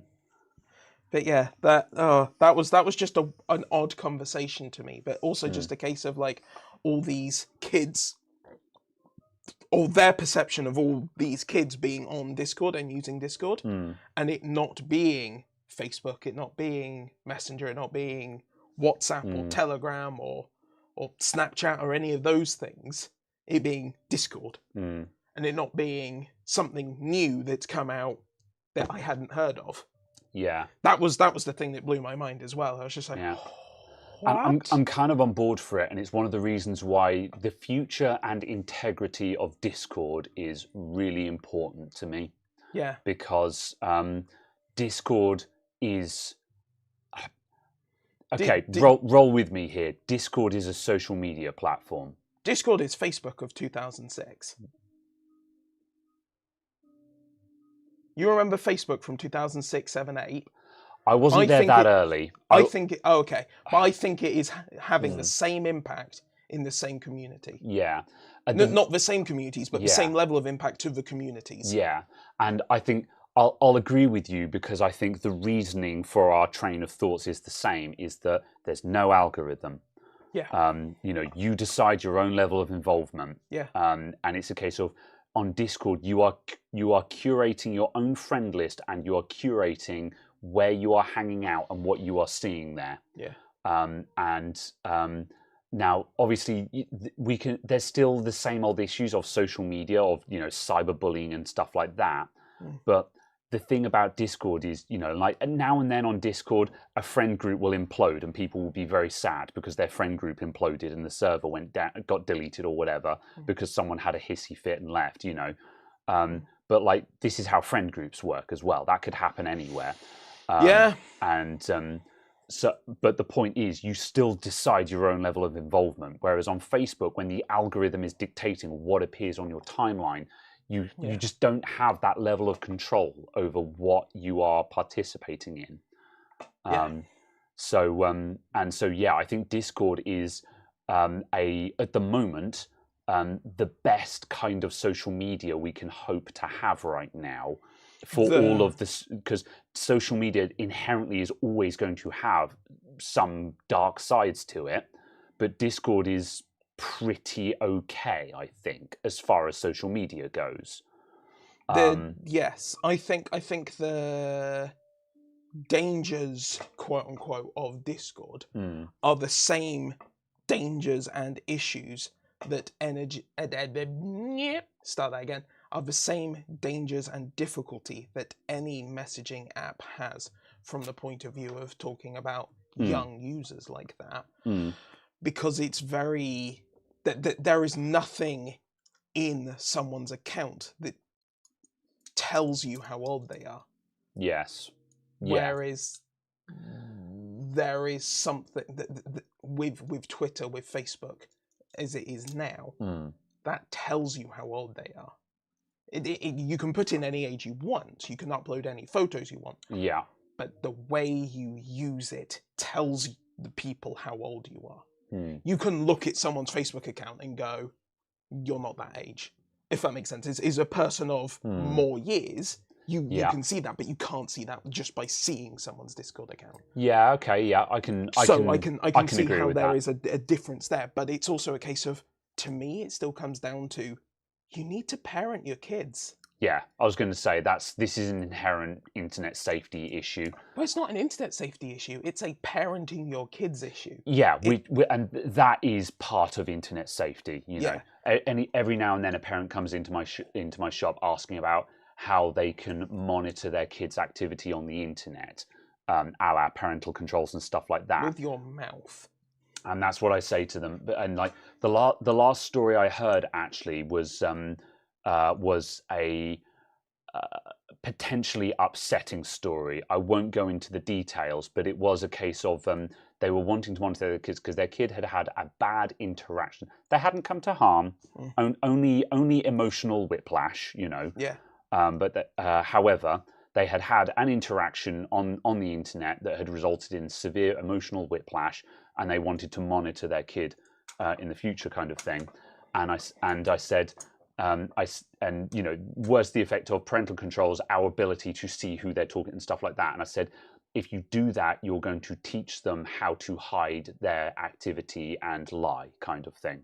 Also, or you're going to teach. This is personal view, not necessarily based in fact, but from my perspective, all that would teach me is that my parents aren't to be trusted. Yeah. I can't trust them. I can't go to them with my issues. I can't go to them when I'm scared. Yeah. I can't talk to them about things because all I'm going to get is punished. Yeah, precisely. And it's a case of, might be true or not, but it's a case of, that's the perception. That's my perception, and that's the position I approach all of this from, is the fact of, that's how I would view someone doing that to my computer, wanting to know everything I'm saying in my conversations. Yeah. Is that they don't trust me, so I can't trust them. So what I usually say to parents in this instance is I say, I haven't looked into this, but I can tell you from what I know is you need to communicate with your child, basically. If they're, you know, if they are at the age and like they have a computer in their room and stuff, and it's not feasible to be looking over their shoulder all the time, just have conversations with them and just say, who are you chatting to these days, you know? And not in an interrogation kind of way, but just like taking an interest in what they do with their free time. Yeah. If you come at it from that perspective of taking an interest in their social circles, and they can be like, oh, I'm talking to so-and-so, they're my friend. They're like, that's cool, you know? Who are they, kind of thing, and just and again, not interrogation, but and they just say, oh, they live in America, and you can start to get a profile by taking an interest in that, not by saying, who are you talking to, where did you meet them, kind of thing, but just as an interest, and then they're going to give you more information as a result of this, and they will also feel like, if they have a problem, they can say, I was talking to Jill, who I told you about, and they said this, and I found that upsetting, kind of thing. And you now have communication with your kids. Yeah. So it's also a case of, I realise, obviously, neither of us are parents, but it's also a case of, I don't know what the best way of phrasing this is for it to not get clipped out of context. We have friends and family members who have children and have been asked to talk about this with friends and family members. Yeah. We have experience of the conversation with people who are parents and so on. So it's kind of a case of, whilst sure it is not our child, it is also a case of, it is a conversation that I've had for many years with many people in many different settings, trying to come up ultimately with a thing of, how do we keep kids safe? Yeah. And this, and for the record, you know, like you know, Marcel says, two guys without kids talking kids. I 100% agree with you. And like, if anyone who has kids in the chat is listening to this conversation and being like, no, mate, you've got that wrong kind of thing, by all means, give me your 2 pence. I want to know because, I don't have kids. I don't know. And I say this to the parents. I say, obviously I'm speaking to you as someone who's not a parent. Yeah. This is just however, I can speak to you as someone who has been on the internet since the dawn of social media. Yeah. In its most perceivable terms. Like, I've not been on the internet since it existed. No. But I've been on the internet since IRC and ICQ. Yeah. That's a pretty long time. Yeah. So I can tell you all of the annals of how internet socializing works. Yeah. But I don't have a kid, so Yeah, absolutely. And it's a case of, obviously, I find it a very difficult conversation as well. Just because a case of, obviously, the stuff I know that I was doing at the ages I was doing stuff is not stuff that I would permit other people to do at the ages I was doing it. Yeah. And it's a case of, I know that makes it a very difficult conversation and very almost hypocritical. But it's also a case of kind of, I can see how it could harm people, how there is the grave potential for harm. And it's a case of, I maintain that the best thing that happened to me, and the reason why there never was any harm out of the back of it, is because I played EVE Online. And I think EVE Online was incredible for demonstrating to me, here is a sandbox world. Here is a universe where anyone can do anything and there are basically no rules. If you want to be a horrible person, no one is going to stop them. You have to stop them yourself. You have to anticipate that some people may do horrible things. And people might try and scam you and rip you off and blow your stuff up and steal stuff from you. Okay?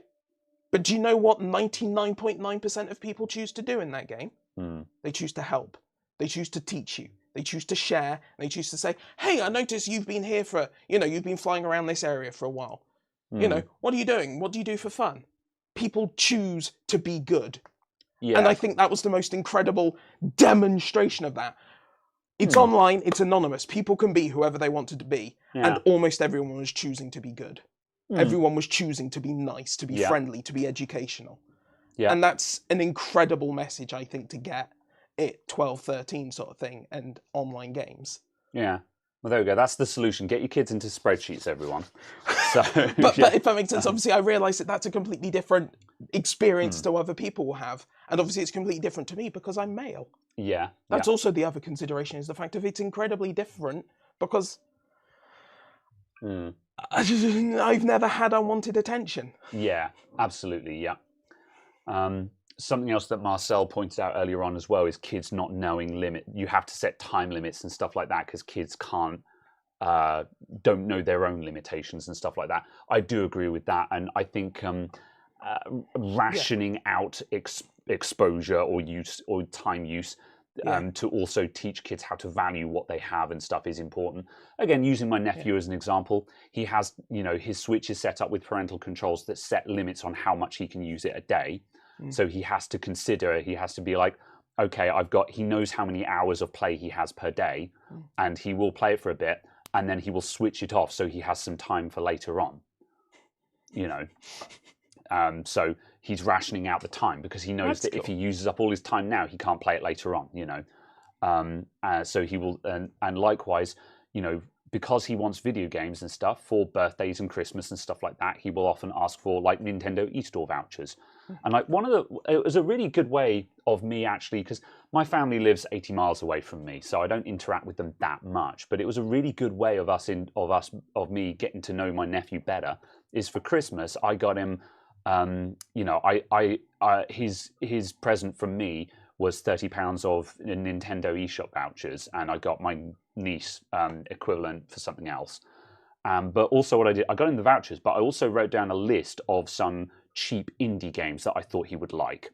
And then on Christmas Day, when I gave him the voucher, I was like, this is a piece of paper with numbers on it. It's not very exciting because they're vouchers, However, also, here is a list of games that I think you would like. If you want, we can sit down and watch the game trailers together, and I can tell you about them.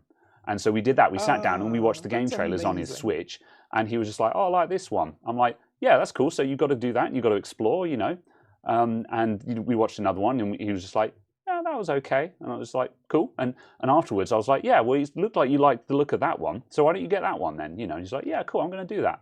And so we bought that one. Nice. And likewise, I also said, this one is good, but also this is quite expensive.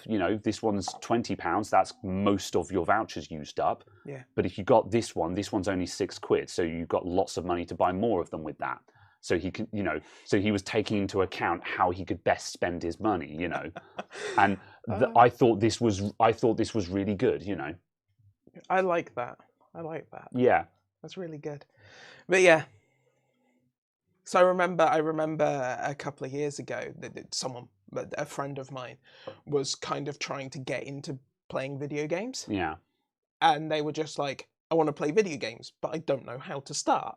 Okay, yeah. And I was just like, oh God, that's a concept I hadn't even considered. Yeah. How do I play my first video game? Yeah. What? Yeah, what are you going to do? Just go to the homepage of Steam and pick one, Yeah, exactly. I was just like, oh, yeah. Actually, legitimately, I understand why this is a question. But then it was a case of also like, right, what will play on your laptop? And I went through and did a list of, I don't know, 20, 25 games or something that were, all is basic is possible games that would run on integrated graphics. But I was like, right, here's a list of like 25 things to start with. Yeah. Look at trailers, look at gameplay, watch it on YouTube, and see which ones of these you like. And I can tailor the list. But it was just the fact that I was just like, oh God, yeah, imagine the concept of how do I play my first video game? Yeah, absolutely. Yeah. Google best games on Steam and start from there. Yeah. Yeah, but it's just like... Bring up Minesweeper. But it was kind of a case of, right, so do I start and say, oh, you want to play first-person shooters? Well, then that means you have to start with Half-Life 2? Is that what we're saying? Oh, okay, you want to do first-person shooters, right? The first game you're going to play is, Doom 64? Yeah. Is that what I say to someone? Yeah. And just, yeah. Yes. Wild.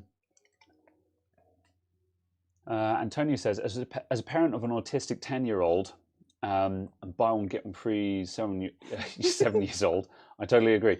Oh no, it just scrolled off the top. Speaking to the kids and educating them does help solve the problems both at school and on the internet. Yeah, and it seems really obvious to say, have you considered talking to them? But also, like, communication... I understand it's hard. Communication is hard. It's so hard. Yeah.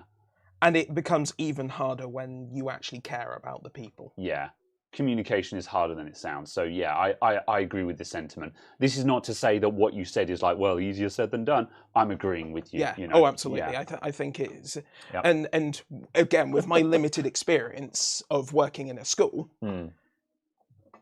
seeing the difference in reaction of the kids to the teachers depend on the way that the teachers, different teachers interact with kids in different ways, and seeing how the kids as a mass of people, not individual one-on-one kind of thing, but just the mass interacted differently with those peoples was just surprising.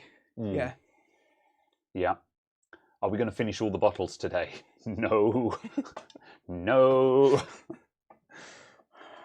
I wouldn't drive home, but I'm sure I could. It's only 4. Well, I mean, I've gone for the 5.5% one deliberately, so I can get to the end of this stream and be coherent. So, yeah, there we go then. Yeah. Also, get them Skyrim. I think Skyrim is actually an interesting game for kids to get into as a fairly simple sandbox adventure almost. Interesting. Skyrim when... literally would never feature on any of the lists for me because I've never played it for more than about 10 to 15 minutes. Yeah. Because I played it and just went, okay. It feels like one of those things that I just let people naturally discover because it's still so big and still so out there. Yeah. Kind of thing. And just like... Yeah. Yeah, possibly. Have you heard of this Skyrim? Yes. So you're finally awake. Did we review the cider yet? This is jolly nice. The relieved owl emoji. Yeah, this is very nice. This one. I am relieving the owl of his emojis. Yeah, I like the slight cloudiness because I'm not into super cloudy ciders, but I like the fact that this has just got a little bit of haze to it, because it makes it a bit more fruit juicy because the hazy bits, it's fruit juice, you know, which I appreciate. Oh, the haze of the cider, not Yes. haze, a type of cider. No. Yes. I'm slow. Yes. Don't worry. Although haze is also an unfiltered cider, so yeah. But yeah, I start with offline games. Voice chat is not a good start. Yeah, I agree. I would also be looking at single player games. But yeah, in terms of like learning FPS and stuff like that, this is also one of the reasons why I still greatly appreciate the existence of Minecraft. I think Minecraft as a kids game deserves everything it has accomplished because, like, a lot of people. Something I think about a lot is the way that whenever someone says Fortnite, everyone's just like, "Ugh, Fortnite." And like that's a reaction you get because Fortnite is everywhere and it's hyper popular, and everyone is just like, "I'm so done with hearing about that sodding game." At one point, Minecraft had effectively the same status, where it was a case where you couldn't go anywhere without people talking about Minecraft. But the difference is that Minecraft is wholesome in every way, in my opinion. Minecraft is an incredibly wholesome game. And also the fact that it's a first-person perspective means that kids are learning what are actually very advanced controls for kids to understand. Having a separate camera and movement control is very advanced for a kid to deal with, because it's so either if you're on a gamepad, you've got twin stick controls, or if you're on a computer, you have to do mouse look and WASD. These are separate movement and camera controls. The majority of games... Oh, you mean instead of it being like third person? Yeah, the majority of games will be third person and all you do is movement and the camera will be automatic in most games. So teaching a kid how to actually be able to move and look is actually very important toward their ability to play more advanced games. So Minecraft teaches that, which I think is also very interesting. I don't want to say, oh, it's teaching them more coordination and stuff. I have no evidence to back that up, but that's what I'm implying. I can find you the evidence. It exists. It's probably a good thing, you know. There is also several studies on kids with ADHD, and they say video games. They aren't video games, but computer 3D generated activities in the style of a game. It's not like, oh, playing Minecraft will fix ADHD. No, that is not the statement I'm making. But these specifically created 3D gaming activities for the purpose of helping with ADHD were shown to show a statistically significant improvement in other outcomes. It provides them with something that they want to focus on. Yeah, and just certain things like that. And I was just like, I hope this goes further as research. Yeah, you can't take away the desire for something, but you can provide a healthy outlet for it, per se. Yeah, and also, obviously, speaking as someone who doesn't have any expertise in this field. Also a case of, obviously, a way of receiving stimulation. Yes. Because if you are starved of stimulation and something hits the stimulation in the way that you get stimulated. Yeah, it relieves that and then makes you more productive in other ways, effectively, I guess. Yeah, again, speaking as someone with no expertise in this field. So yeah, but it was just good old Technics Lego. Yeah. My biggest disappointment with the Lego Mindstorm was just how expensive it was. The stuff that you could like program from a PC and stuff. There's just so much. And yeah, I'm old enough to remember when it was a case of, yes, connect this to your RS-323 port.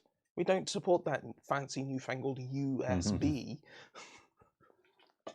Meccano was amazing. I liked Meccano. Yeah. Yep.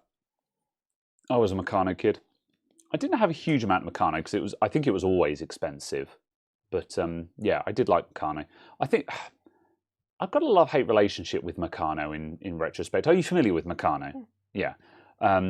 Like I like it because it's very, you know, mechanical, so to speak, and it has nuts and bolts and stuff, but it also meant that everything you made would just constantly come loose and all the screws would need tightening up periodically if you played with it. It was only metal, wasn't it? Yes. Yeah. I mean, later, in later versions, they started adding in more custom parts in the same way that Lego also suffered to an extent that problem where they started adding in a lot of custom parts. But then that depends on what set you buy. But for the most part, it was all metal, yes. Or certainly original Only was. because I remember some wooden thing that was similar. Yeah. Lego Hair Runner says Kinects for me. Yeah, I had a bit of Kinects. Yeah. I had lots of Kinects. Yeah. I remember doing stuff with that in Kinects school. was surprisingly versatile, yeah. I think Kinects originally came out as this is a crappier version of Meccano, but then actually it was Meccano without all of the faff.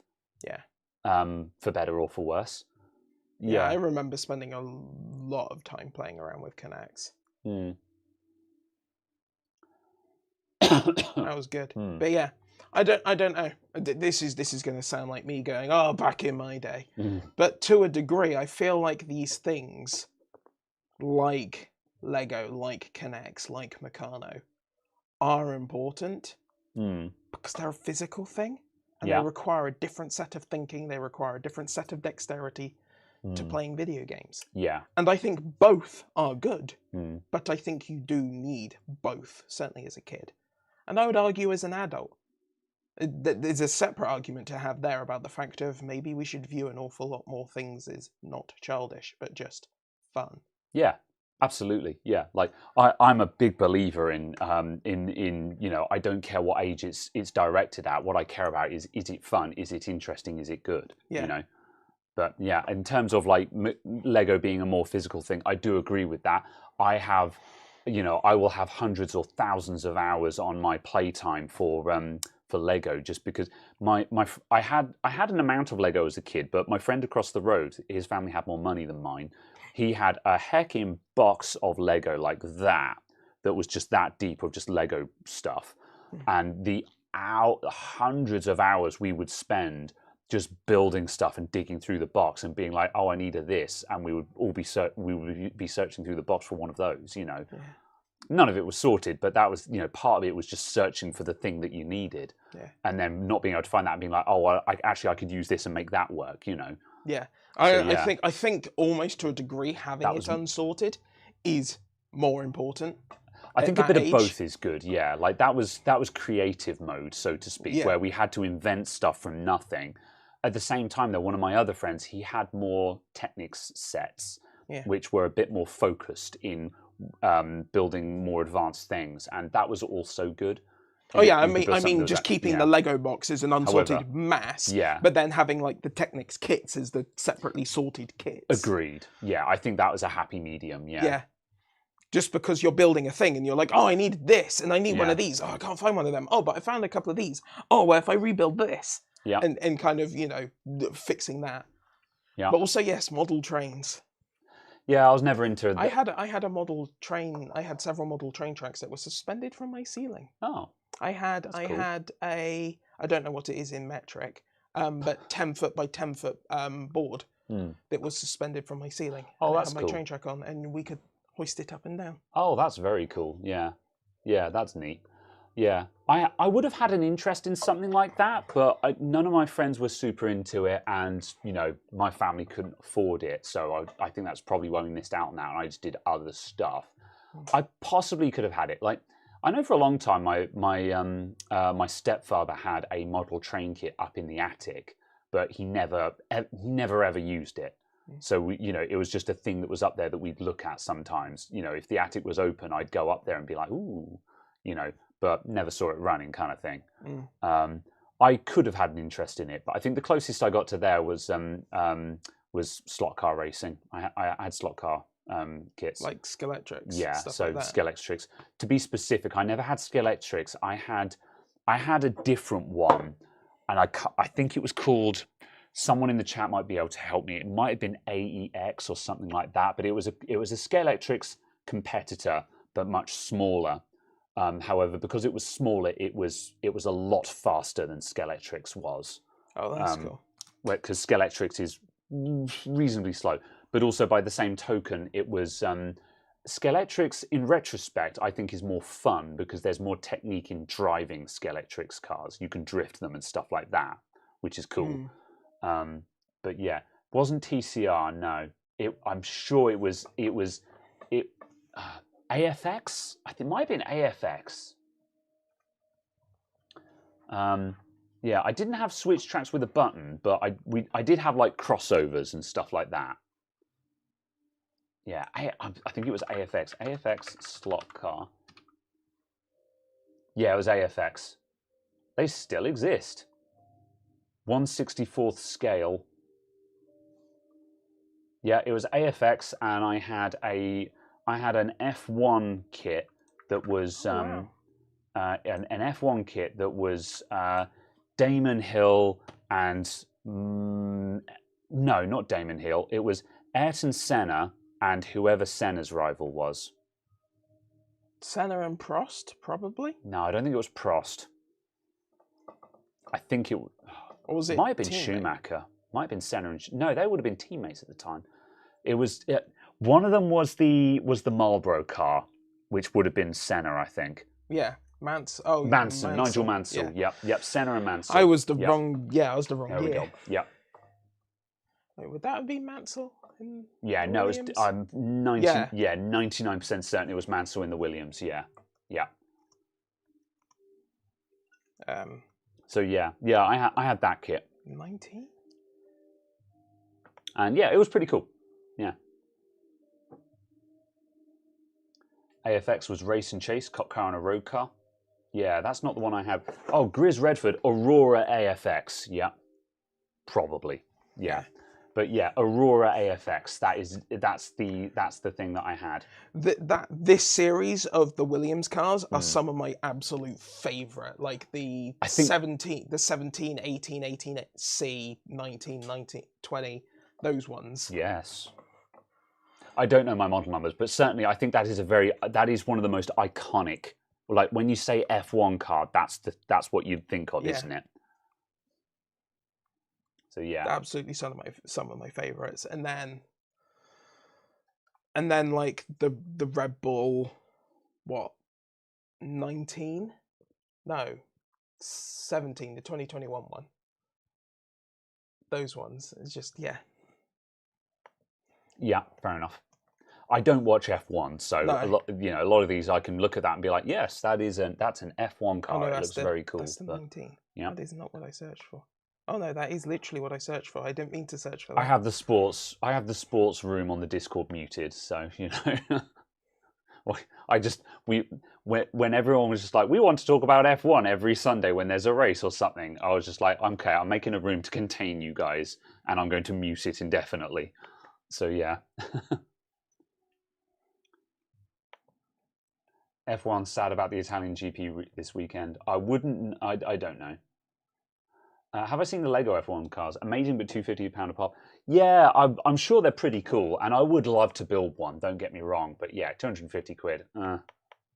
Oh, you mean the F1 room? I think it is just F1. I think I called it sports just because I didn't want to limit what people could talk about in there. Oh yeah, absolutely. But I take it is just F1. Yeah, fair enough. Si's like, I'm going to talk about F1 in exclusive now. That's why we made the sports room. Because I think Katrina and a couple of other people were just like, I can't use this room on a Sunday or sometimes a Saturday because it's just F1 spam. And I was just like, I agree. We're going to contain them somewhere else. We're going to SCP these people. So yeah.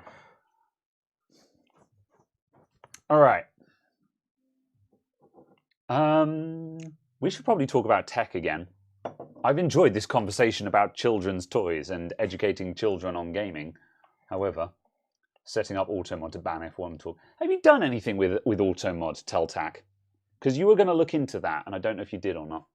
So yeah.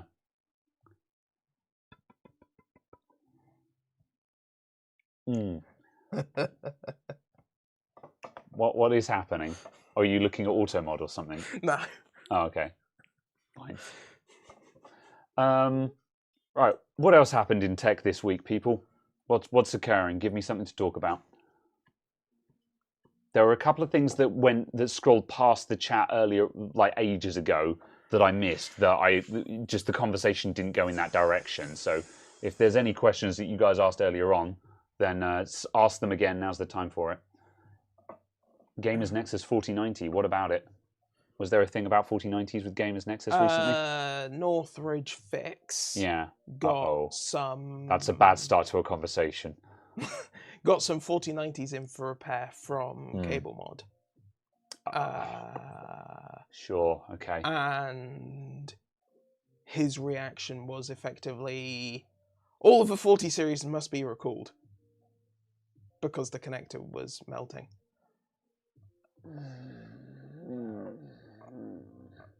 And it was a case of basically these GPUs were GPUs that Cable Mod had collected over the past couple of months.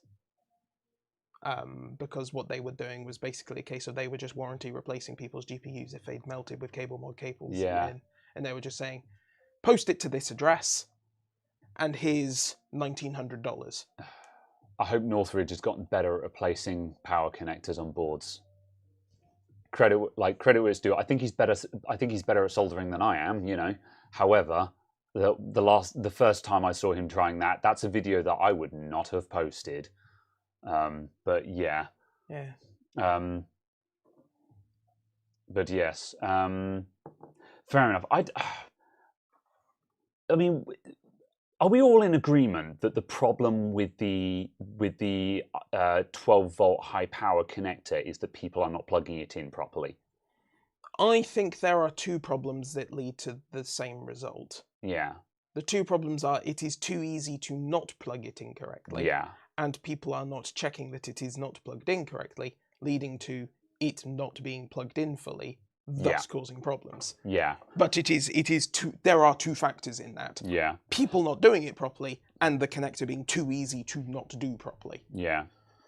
And there's an argument to be made that if it is possible for that you should design it as such that catastrophic failure is not possible in that manner. If it's not plugged in properly, it should not function, kind of thing, rather than being able to operate in an unsafe manner. Although I'm trying to think if you could do this with an 8-pin connector. I mean, yeah, absolutely, you can do. I suppose. Yeah. A connector needs screws. I don't know about screws, but it just needs to... It just needs people to actually plug it in. Yeah. People just need to plug it in properly, and then it would be fine. Yeah.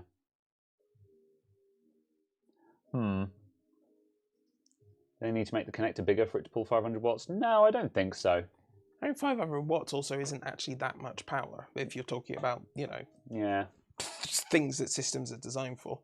Yeah. I think it is a case of a little bit of it is just to find the clicky bit clicking in isn't sufficiently big and clunking and so on. Yeah.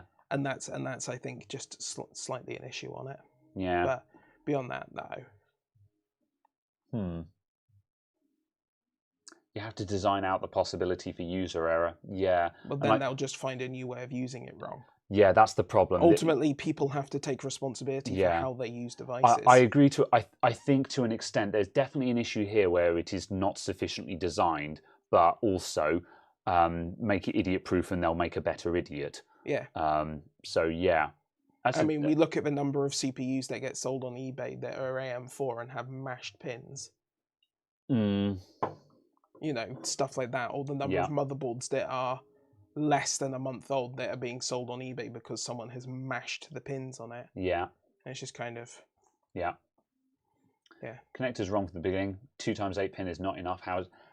It's because the 8-pin connector is not certified for this amount. Yeah.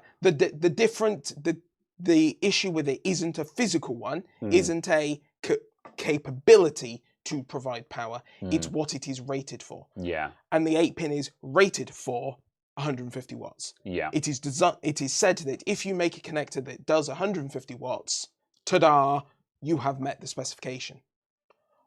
If a power supply manufacturer makes one that can do 300 watts, and every GPU manufacturer then relies on it being able to do 300 watts, even though that's double the specification, and a PSU manufacturer turns around and goes, bugger that, it's 75 cents cheaper for us to make it 150 watts, and makes 150 watt one that meets the specification, and your GPU blows up, The power supply manufacturer isn't at fault because they have made a device to the specification that they said it was made to. Yeah. So they needed a new connector, and this is the one that they chose, basically. Yeah. And again, the connector meets its specification. However, yeah, the latching mechanism definitely seems to be the issue. It seems to be that the electrical pins inside are, I would argue, fractionally too long. And they need to be a fraction shorter. So it has to be fully on to engage properly. So when it isn't engaged properly, there's actually not an electrical connection. There is not an electrical connection, so it then doesn't function. And like you could do that just on the sense pins because the sense pins aren't carrying any current. Yeah. So they only need a tiny connection to work. So you could make them super short. Yeah. So they literally go in and just touch a pogo pin or something like that. And it's a case of if that latch is not down, those sense pins will not touch. And therefore nothing works. Yeah. Yeah, that would be the solution to this. Well, no, it should function in the sense of it should make a really loud screeching noise. Yes. Like cards used to. Yeah. Or at least just throw up a powerful LED. Yeah, I still think we should have the powerful LEDs next to all of those connectors. The bicolor one, the bicolor one. So it's a case of if you turn it on and there's nothing connected, it's red. Yeah. And then you plug it in and it goes white or something like that. I think that should be on all of those connectors because it's so handy. Yeah, I don't think it. I'm not a fan of it having the white OK LED. But I am a fan of the red error LED because that is a clear indication that there is a power fault. But I think it needs to be two-stage so someone doesn't mistake it for just an RGB LED. True. Because RGB on cards is now so prevalent. Yeah, that's reasonable. Yeah. They chose wrong. Yeah, I guess. The problem is just that part of me doesn't want to comment on this because it's difficult to provide alternative. Like, I was talking to a customer, well, the customer who I'm expecting to show up at some point today. His laptop, I replaced the 2 USB Type-C ports on it. And, he was just like, oh, these Type-C ports, they're too weak. They break too easily. And I'm like, yeah, the design is okay. The issue is China's going to China and figure out how to make that port as cheaply as possible. And now suddenly, while the reference design for it was pretty strong, someone has now min-maxed how to make that port as cheaply as possible, and now it's not actually very strong. So the design was okay, but the one that's actually on sale is not okay. That is mostly the problem. And that might, to an extent, be a similar issue with these, where the design is fine, but the actual product that has been made, once they've actually been like, right, we've managed to make it at this cost, that one is not quite as good. And they may just have to get to the point where they just say, okay, we've had to over-engineer our connectors now. They cost twice the price, but they will absolutely latch correctly in a way that won't be dangerous. Yeah.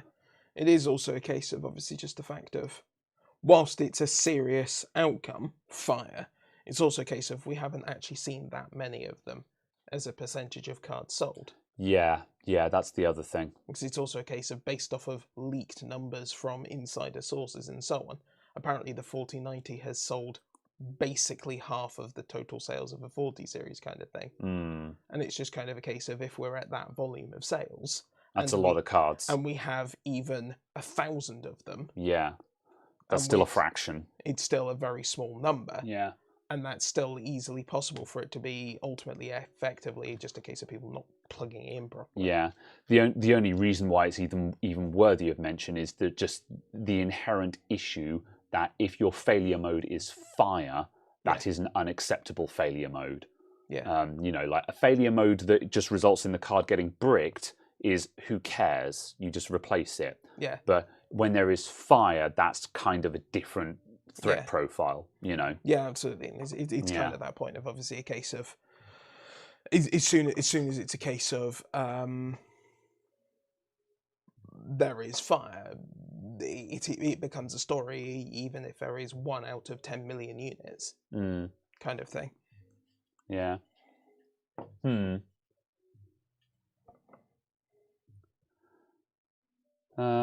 People manage to destroy USB-A ports. No wonder Type-C could be damaged even easier. Yeah, pretty much that. Like, it's really tough, you know. That this is the thing, you know. I think I said this to the client. You know, I said, you know, it's a HP laptop, and I said, you know, even if we think about HP's previous charging port, which was the blue tip DC jack, that one was a really deep port, which meant it was actually pretty damn strong because it was really deep. However, you know, in all of these cases, we're balancing size of the connector versus strength of the connector, and like with obviously, I'm going off the topic of graphics cards now, but in terms of like laptops and stuff, you want a universal connector that works on all devices. This is obviously the goal we want. That's a noble endeavor. However, a connector that fits on a mobile phone versus a connector that fits on a laptop are two very different kinds of products. So it's just like on a laptop, obviously you've got space to have the really deep DC jack, but you can't do that on a phone. It just doesn't work. But why can't you have the same port just recessed on a laptop? Oh yeah. So you recess the port into the laptop, so then the physical casing holds onto part of the casing. Yeah. So it's a case of you then have a hole in the laptop that's that, and that then goes in there, and it stops the bending going onto the actual force and makes it onto the casing. That would be very good, yeah. Sure, that means you will mess up the casing, which will arguably be more expensive to replace. Yeah, it would still be pretty damn strong though, yeah. But obviously, yeah. Yeah. Like this is kind of an interesting thing on tethered VR headsets where the cable connects to the headset. Like, you know, I'm talking like Rift S, Reverb, and stuff like that. When the connector plugs into the headset, it is a like 1 inch deep recessed port. Yeah. It's designed for you to full body snag the cable and rip on the cable and not be damaged by that. Yeah. Now, obviously, that's an extreme example, but it demonstrates that there are products out there where they have put a detachable connector that is designed to take massive mechanical stress without breaking. It can be done, you know. Yeah. It is entirely feasible. But it is obviously just the case of kind of... Yeah. It is difficult when you're talking about very small devices like mobile phones. Yeah. Because ultimately a vast amount of the space inside a mobile phone is going to be taken up by battery. Yes, this is ultimately. True. Yeah. Chris Hartford said, hate Apple stuff, but the MagSafe connector was good.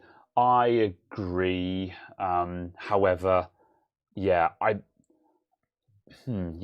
I'm tempted to say perhaps the issue with Type-C, like it's awesome that Type-C it's awesome that Type-C can do everything, heavy air quotes, because actually it's USB 3 standard, whatever, you know. However, at the same time, but if you want a MagSafe connector, well, MagSafe is a 5-pin connector. That's not enough pins for data and stuff like that. So now what we're discussing is like, well, okay, well, let's just have a universal power connector. Why does the power connector need to be able to do data? Well, mobile devices. But then also part of me now begs the question to me, what if we just decided that mobile devices needed 2 connectors, a data and a power connector? Or you could have a universal power connector, which satisfies that, and a separate data connector that is not going to take nearly so much punishment. I don't know. Is that a radical idea? Metal shavings floor.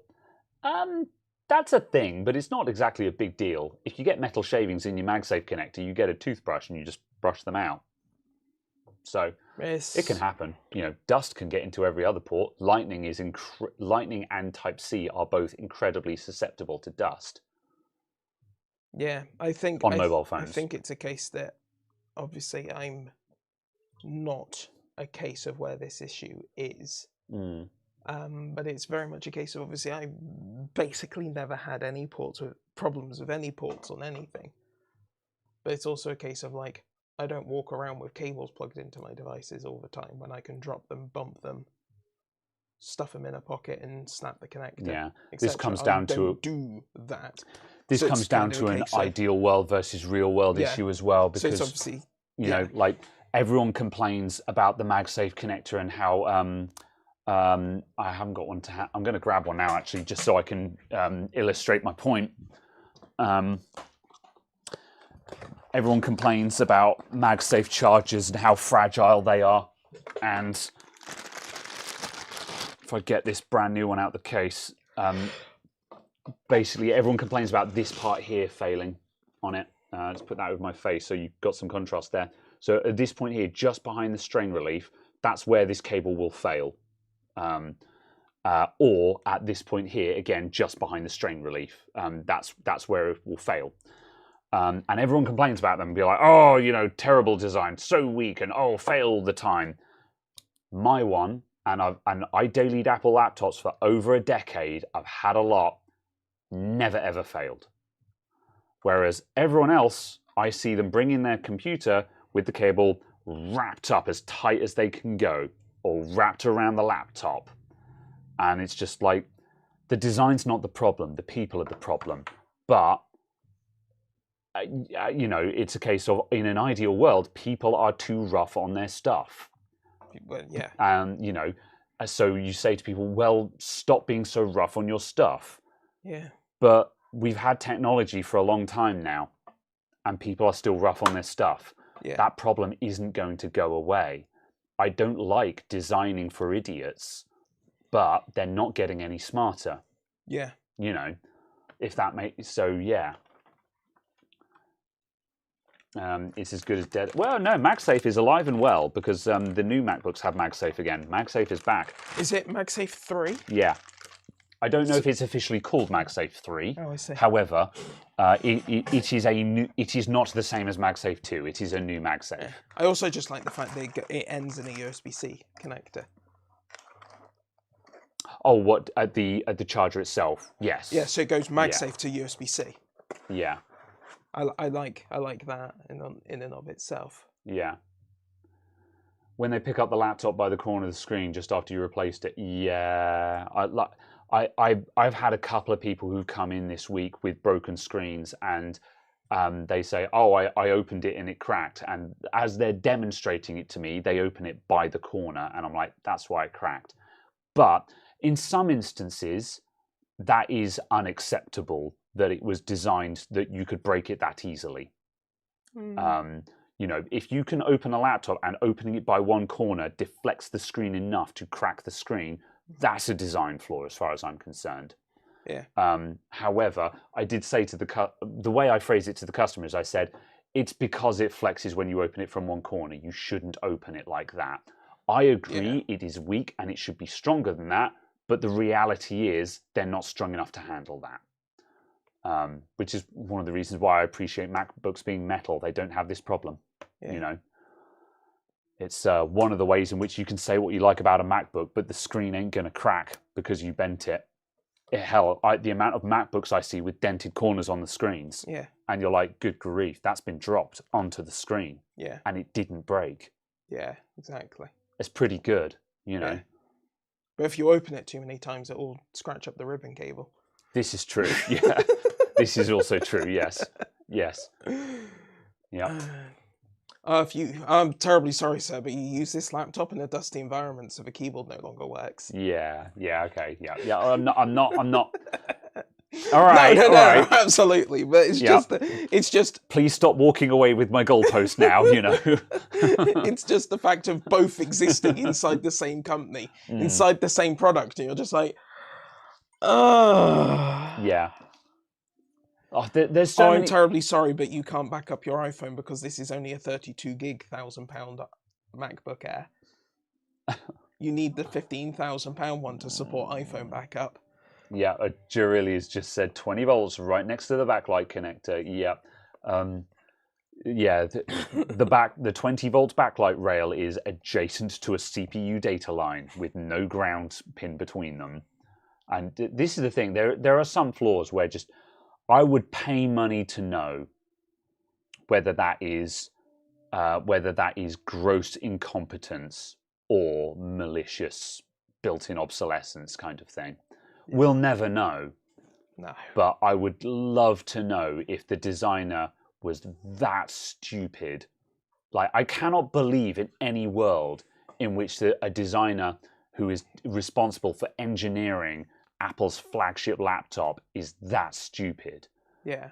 But also saying that it is deliberately designed to fail is a hell of an accusation. Well, yeah, absolutely.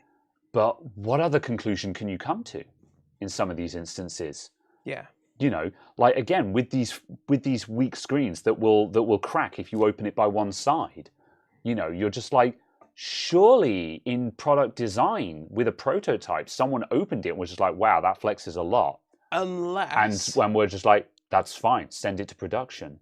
Unless it was the case of the fact of, obviously, they were building that laptop to be a £200 laptop. And all of the parts cost £210. Yeah. Where are you going to save those £11 to make it worth making this laptop? I mean, by that argument, you shouldn't make the laptop. Or you should make it a £300 laptop. But your competitor's selling a £258 laptop. Then build a better product, is my response to that. But that's not how it works. No. We're stuck in the land of how it should be versus how it is. Because you know just as well as I do. Ah, yes, Mr. Customer, buy this Dell, this specific Dell. Ah, yes, I went to PC World and I bought an HP for £199. Yeah. It's terribly slow. Yes. Yeah. Yes. Next question. Yeah. I've had a customer who needed a new laptop, and I said, you should buy this Dell. I can order one in for you if you want, or you can go and buy it from their website here. And they came back a couple of days later with an Asus they bought from Curry's. And they were just like, oh, I need this. And it doesn't have any of this or that, or the other. I'm like, yeah, it's not very good. It's got 4 gigs of RAM. Yeah. Because it's not the Dell that I told you to buy. Yeah. You know. And she was just like, sort of, oh, you know, well, I know you recommended this. I'm like, yes, because I recommended this because it's not this. Yeah. You did the opposite of what I told you to, and now you reap the reward of that. Yeah. There's no nicer way to put this. Yeah. You know, there's no nice way of me telling you cocked up because you went to Curry's instead of buying the one that I recommended. Yeah. And she was like, oh, do you think it will be all right? And I'm like, I don't know what you want me to say to that. No, I don't think it will be all right. I think it's and I didn't say this directly, but what I'm trying to emphasize to her is, I think you've bought a piece of shit laptop because it was, and the irony is you spent the same price as the Dell on it. Yeah. You know, and I'm like, this is an unwinnable situation for me because, like Treblaine was there and he was just like, oh, Treblaine is amazing at phrasing things in very nice ways. You know, he is the polar opposite of me. You know, I'm a straight talk where he will find a way of sugarcoating it. You know, and he was like, well, what you? And I'm like, how do you explain this away? There's no other way to put it. She spent the same amount of money on an objectively crapper laptop, and now she's asking me if that will be all right. I'm like, no, it won't. It's crap. You made a mistake. Yeah. There's no nice way of phrasing this. You know. Yeah. Indeed. Anyway, I must pee. Okay. Very well. Or we can end. I think we'll wrap up in a minute. I tell you what, you go and pee, and we'll see if chat's got any other topics. Otherwise, we'll wrap up. Muerto has been summoned by the echoes of Apple bashing. We're bashing many people, Muerto. But hello, by the way. How you doing? Don't speak on my behalf for doing that very thing. Don't ask me my opinion if you're just going to ignore it. Yeah, same, Steve. I kind of have to have this, because, like, this customer is just one example, but it happens semi-regularly. And this is the thing. I don't want to stock new laptops in my shop. I don't want to sell laptops. I have no interest in it. I mean, yeah, there is some profit in there, but it's not my area of interest. But same with second-hand laptops. I don't really care. I'd rather fix stuff. But I'm at the point now where I'm finding myself needing to stock second-hand laptops and a new laptop, because if they don't buy it from me, they're going to go to Curry's and get something that's garbage. So I'm just like, I have to do this to save them from themselves, Bash away. I hate everything. This has been a conversation in English. I think it might have been. But yeah, go in peace. We're not peaceful, Arnold. We're not peaceful, Led Farmer. We are unpeaceful right now. But yes. I don't think there's a profit unless you're actually scamming, really.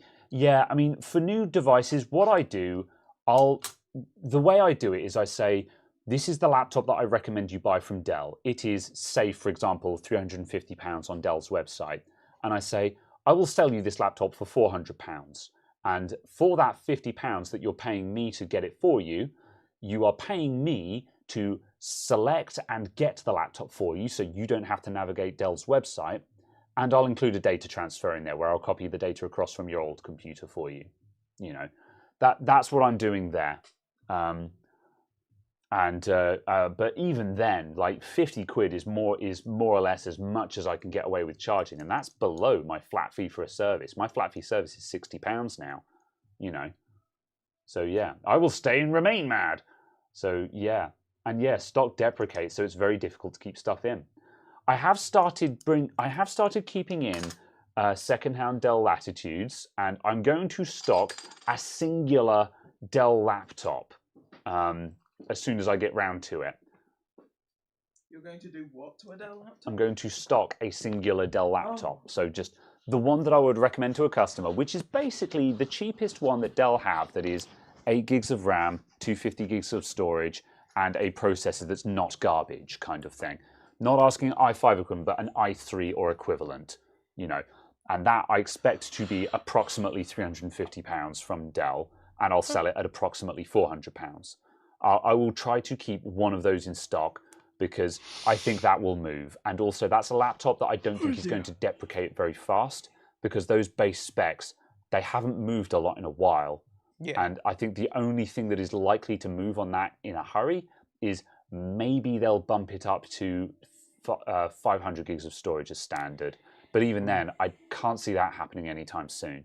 And even if it does, for the majority of people, 250 is actually still perfectly fine for an office laptop. So yeah, I think it's fairly safe to stock one of those. Although even still, it's a £350 investment, which is going to take a while to pay itself off. The second-hand Dell Latitudes, I sold 3 of them in a week, with at £50 of profit at a pop. And that basically meant that I'd now just made £150 profit, which means the next one that I'm buying this week is on the house, you know. And so now I'm into pure profit on the second-hand laptops in terms of, you know, return on investment. That'd be a Vostro. It'll be an Inspiron. The Vostros, once upon a time, Vostro were really good, but now they've always been oddly expensive in my experience. But not that the Inspirons are particularly good, but it's a case of what else are you going to buy? You know, like if you want to, serious question, if you want to buy a brand new laptop for a customer and they want to spend approximately £300 to £400, what are you going to buy them? You're not getting a Latitude for that money unless it's second-hand, and that doesn't count because the customer turns around and says, well, I don't want a second-hand laptop, I want a new one. So second-hand is out. £300 to £400, what do you buy? Asus are garbage. I hate Asus with a passion. Can't find parts for them, and they're just as flimsy as all the rest of them. No laptop for £350 is shit. There you go. But the problem is, if you tell the customer it costs £500, they're going to say, well, I don't have £500. You know, you don't get to choose how much money the customer has.